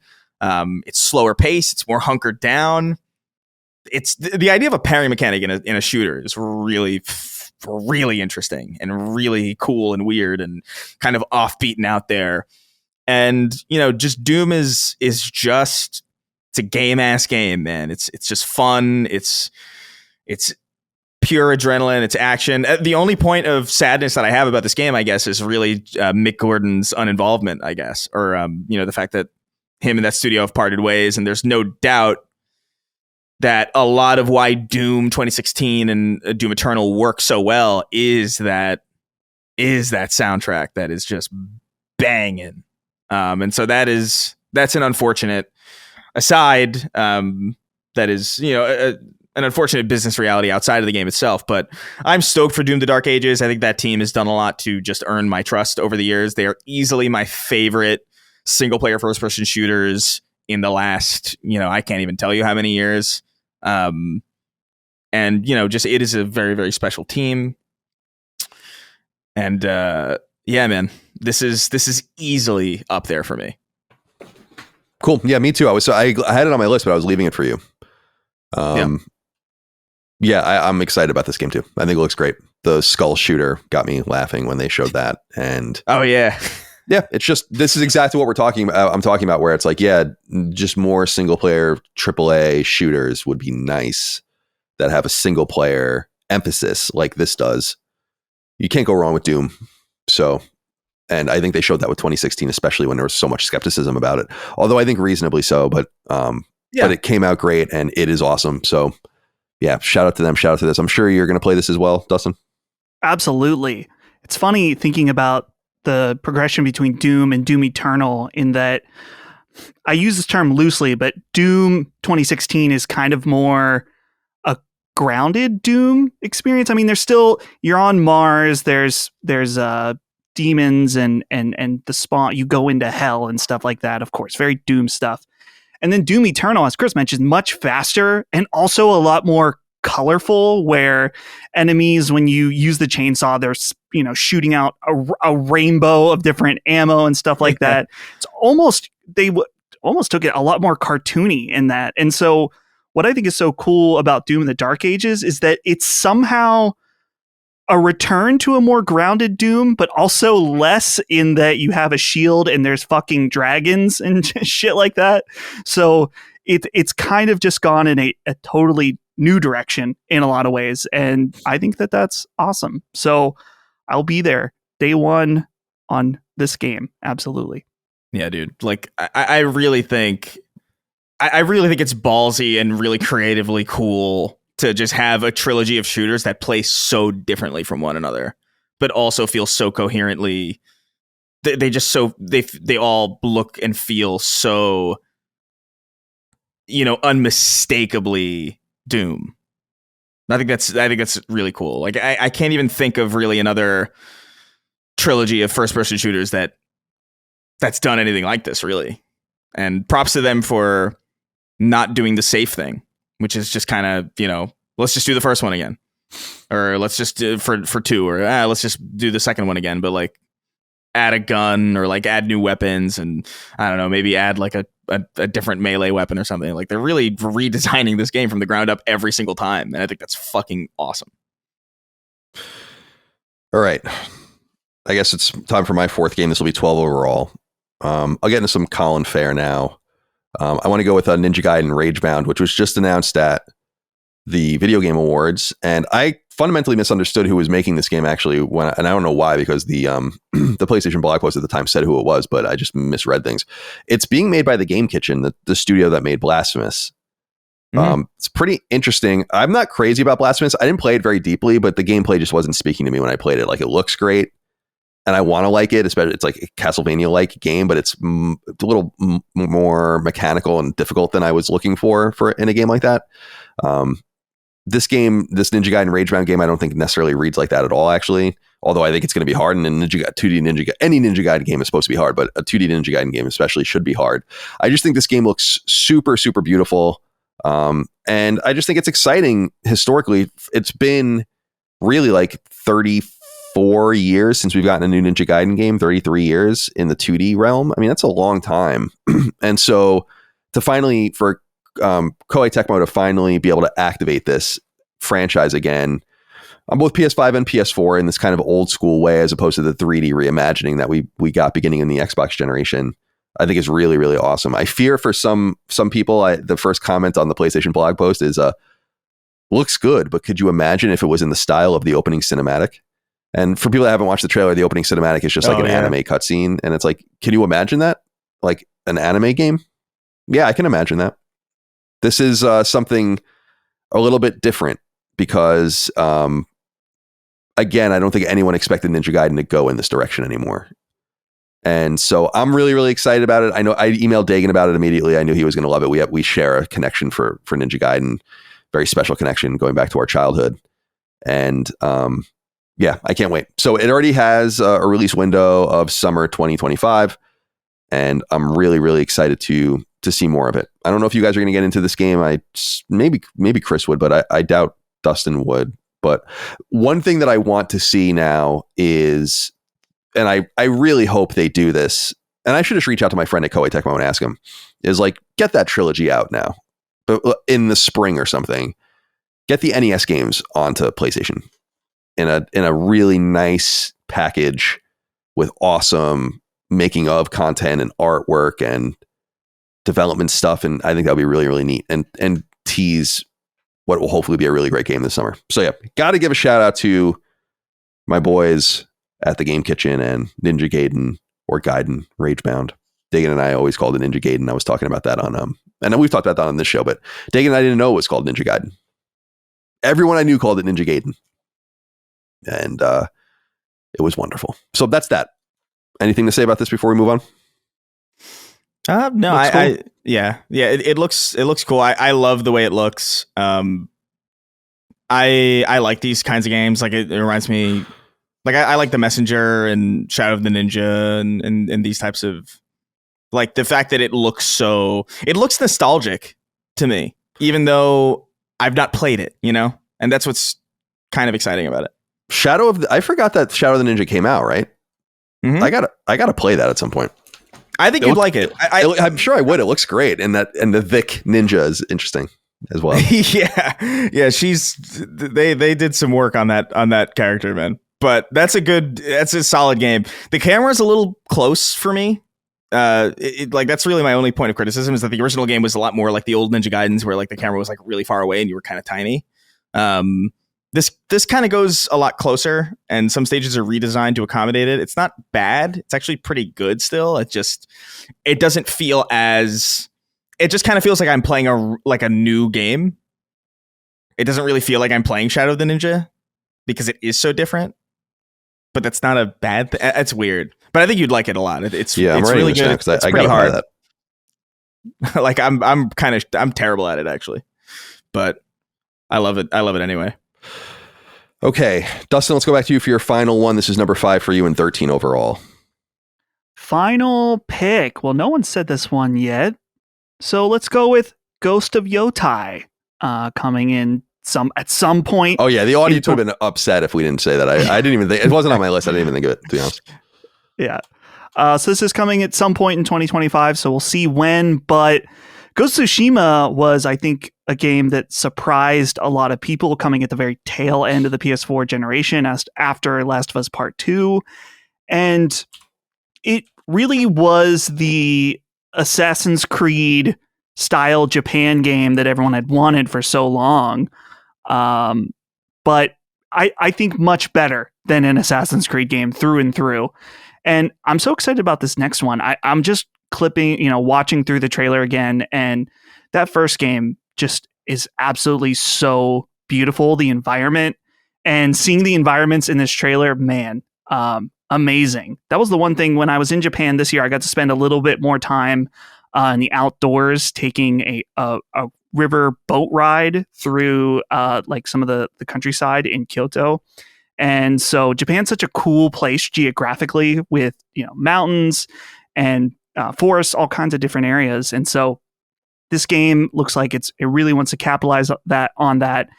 And the last thing that disappointed some people, but I'm excited about it, the fact that the Ghost of series, if it continues after this, and I assume that it will, is an anthology.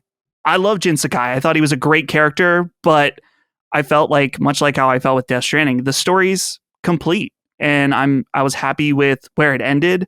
And so seeing this new character, it's a woman. No, I think she's cool. So I think that taking it in a not only with a new main character, but an entirely new era. I think it's like over 100 years later is really cool. So Ghost of Yotai gonna be really one of the.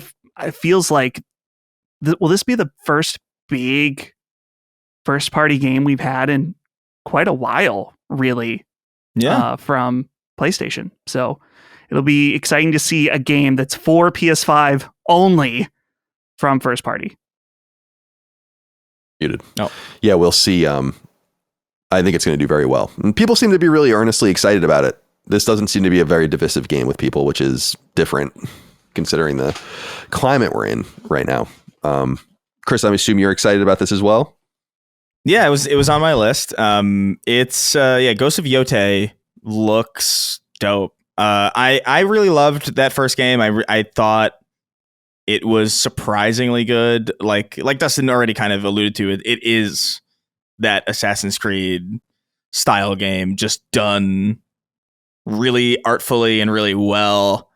I still think about the guidance system that they use in that game and how it lets the wind guide you diegetically and you know, every point of interest is telegraphed by something in the world that doesn't feel like it breaks the tone. Like it's really, I think that is really where that game excels, really, is in grounding the player in the world without necessarily breaking them away. I think it's really great at that. I think it's exceptional at that. And to think that, you know, they could even improve upon that is really, really exciting. Yeah, and I love the anthology angle too. Like I like Jin Sakai as well. I thought he was a really good character. Little safe, you know, like nothing insane, but definitely far from a bad character. I thought the arc that character went through was really, really interesting. I didn't expect the whole moral dilemma of, you know, chemical weapons to be a part of that game. that was like a really kind of out of nowhere thing that I thought really worked and really kind of got me invested. And so yeah, I'm super into this. Samurai sword. It's a samurai. It's a yokai demon or whatever. What's your final selection? Oh, I'm sorry, Chris. Go ahead. Well, one thing I did want to say, like, I'm curious if they're gonna do anything more with because Ghost of Tsushima had that free Legends multiplayer thing. Like, I wonder if that's going to be a part of this, or if they plan on doing something similar, because that was kind of amazing. That's something that kind of gets forgotten about, and it's reasonably so. It's been a long time, but that free multiplayer update for Ghost of Tsushima was really cool and a lot better than I think a lot of people were expecting. So it would be cool to see them kind of dip their toes into that, especially because, you know, I know that the live service infrastructure for Sony is all but collapsed, but that was something that did work, and I think is maybe worth, at the very least, including as like just an aside. So yeah, we'll see though. Maybe not. What's next on your list? Oh, me? Let's see. Oh yeah, that was Dustin's pick, right? So this is number 5, right? This is your 5th one, the 14th overall. Okay. You know, I'm gonna go with a Chris entry here. And this is kind of iffy because there's rumors of maybe this not hitting in 2025, but it's confirmed at the very least, or widely believed that this will show up in some way. Marathon. I am curious. Bungie, we've talked a lot about Bungie and how they've been kind of a boondoggle around Sony. We've kind of talked a lot about the fact that they're kind of in turmoil. There's been a lot happening at Bungie with Sony in particular. Obviously, recently we had that the whole lawsuit thing with I believe Chris Barrett. So like they've been a source of consistent drama, but Bungie makes games in such an interesting way that I can't hide the fact that like they've been a massive part of my journey into this medium, and just the fact that everything they make just hits, and it's not without its fumbles and flubs, but they managed to do something with shooters that not a lot of studios manage to do, and that is just make them feel really, really, really good. Like I really think Destiny feels better than Doom. I think it feels better than Call of Duty. I think it feels better than most shooters that I've ever played. And the enticing allure of that being brought back into a kind of PvP centered mindset with Marathon is really enticing. We haven't seen a PvP focused Bungie in many, many years, over a decade at this point. So that's exciting. It's a different studio now, different people, but a lot of the same key people from the original Halo team are working on this. It's exciting and cool and weird, and I just want to see what this is going to be. That trailer that they showed, really, they're another studio, man, that they just kind of ignite the imagination. Because I remember sitting and watching that trailer and being like, this looks so striking, with the silkworm, like the synthetic silkworm weaving skin on like a robot, and it collapsed in like a sea of like milk or something. It's crazy cool. It looks nuts. And if the game can look like that and play well, and it does have that Bungie sheen on it, that Bungie stamp of game feel and quality, then I think there's something really, really special waiting on the other end. That, that's up in the air. We'll see how tumultuous this development cycle is or has been.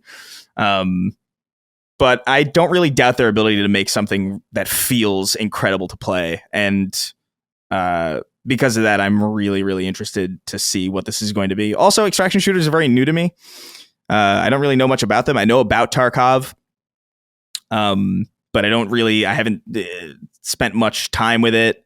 I know that it is the de facto extraction shooter, but even that game, Tarkov, has kind of a ceiling. It's not really the big smash out hit that the extraction shooter genre is kind of waiting for. And I think there's potential. Obviously, depending on the rollout, depending on a lot of things, the price point, I think, is going to be a major point of interest for me. Like, I wonder if they're going to go free to play. I wonder if they're going to go 40, the Helldivers price point. A lot of questions still remain about Marathon, but Bungie makes good shit. And the fact that they landed the final shape this year as well as they did is no small task. Ending a 10-year MMO looter shooter narrative that has ebbed and flowed between high points and low points on a high note that satisfies nearly everybody is kind of insane. And it speaks to their overall talent. And I'm looking forward to this, whatever it is.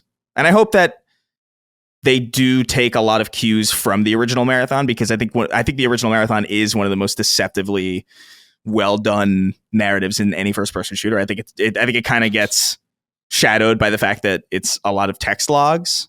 But the lore in that game is fucking sick. Before games had any real before FPSs had any real justification for having lore at all, they were really doing it fucking really, really, really well. So Marathon's on my list here. It's there with an asterisk. I have concerns. And we'll see if it gets pushed out. But yeah. Marathon. Dustin, any thoughts? Yeah, I have been interested in checking out extraction shooters. Of course, Tarkov is the big one, but I've always heard about how janky it is. Yeah. And so I've never played it. The only extraction shooter I've really spent even a little bit of time in is the Call of Duty Warzone one that was also janky and annoying. So to see a team like Bungie lean in fully and make something like that is what's most intriguing to me is just that dedication to this singular type of experience. So I'm really curious about it. The art style, of course, as Chris mentioned, with the rivers of milk, I'll be there swimming around in the milk. All right. Not for me. I so much as riding on this game from a business standpoint. I'm most interested in it from that perspective. I got to be honest. And yeah, I think we will see how it goes. I'm confident that they'll be able to pull it off. I do wonder, though, with the saturation of the market, how they'll do. All right.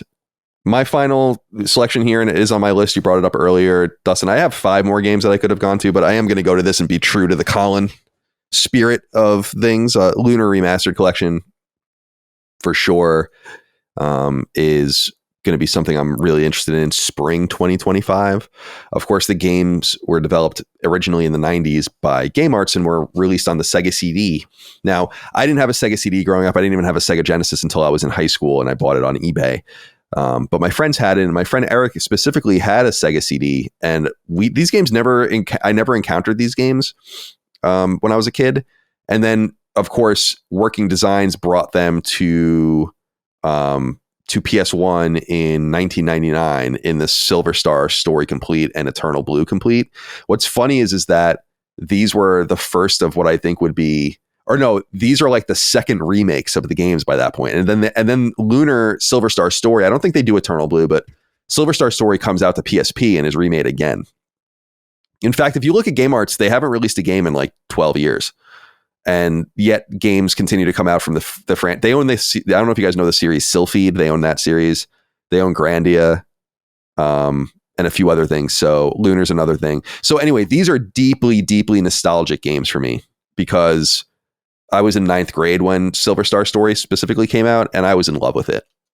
And I told stories about it recently, but one of the things I was thinking about was I used to pre-order games and pay for them early, keep the receipt, and then my dad would often go pick them up for me because we used to go to the Smith Haven Mall to get our games. And it was it's like 20 or 30 minutes away from my house, but my dad worked over there. So he would always just pick things up for me. And I just really smiled thinking about my dad picking these games up for me. When I think about the games that I had him buying for me, it wasn't like the games normal people were buying at the time. It was always like, oh, go buy fucking Xenogears for me. And my dad has to literally earnestly go into the store and buy this shit. Go buy Brave Fencer Musashi. And Lunar was another one of these things, this deeply anime nerd shit. And my dad had to like earnestly go in as what was he, fucking 50 years old at that time, buying this stuff in 1999. It's just funny. It makes me smile.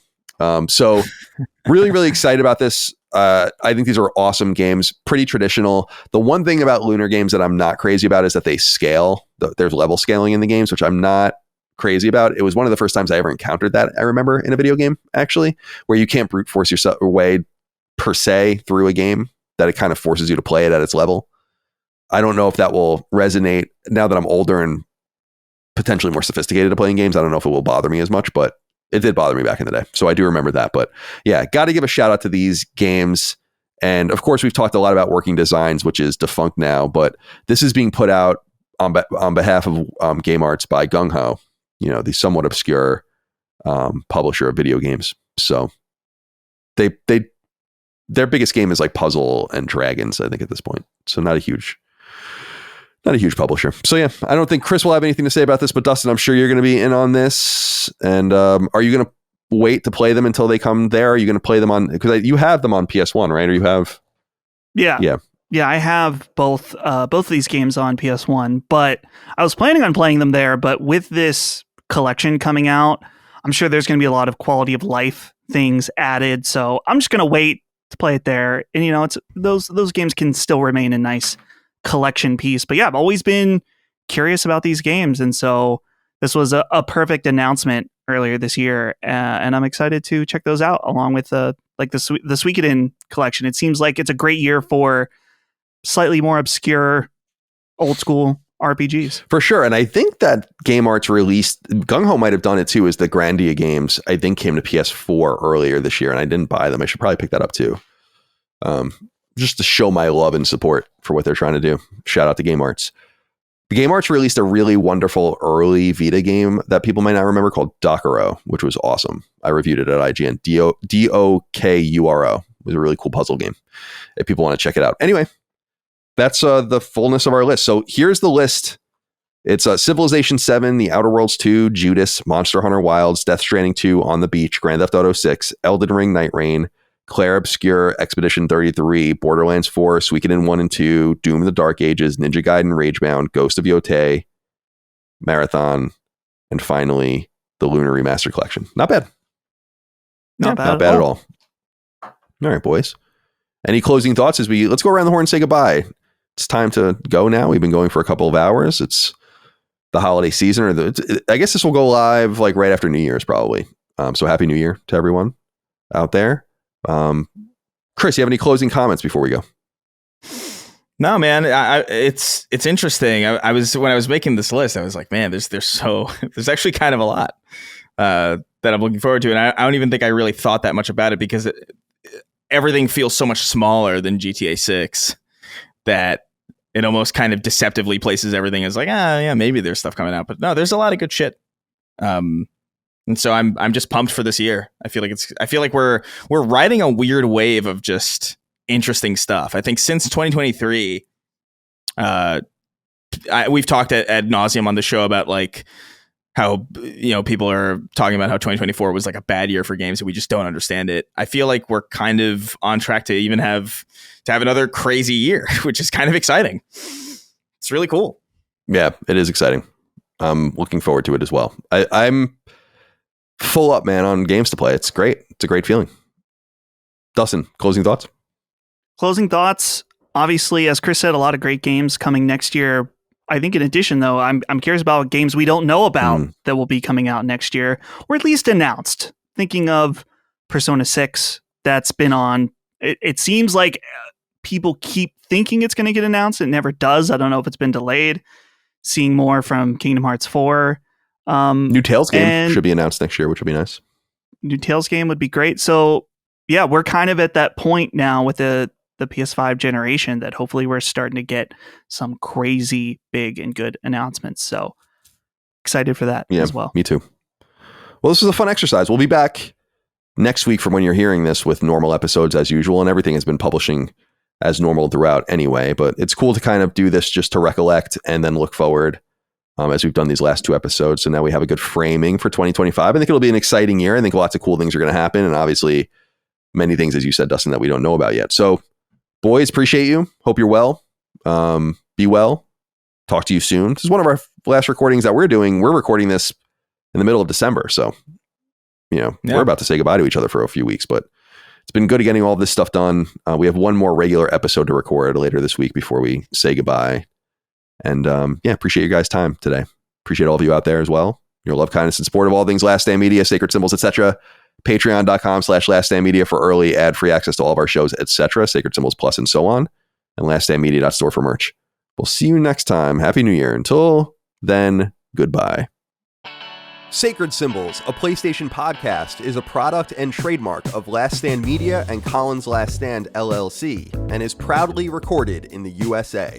The show is conceived by, is written by, and is directed by me, Colin Moriarty. My co-hosts are Chris Raygun Maldonado and Dustin Furman. The show is produced by executive producer Dustin Furman. It's edited by associate producer Ben Smith. All of Last Stand's theme music is by my best friend, Ramon Narvaez. As you know, all of Last Stand's shows, including Sacred Symbols, are fan-funded on Patreon at patreon.com/laststandmedia. The following names are at the producer level on Patreon, our highest tier, and we're grateful for your thoughtful and kind contributions to our independent endeavor. Thank you.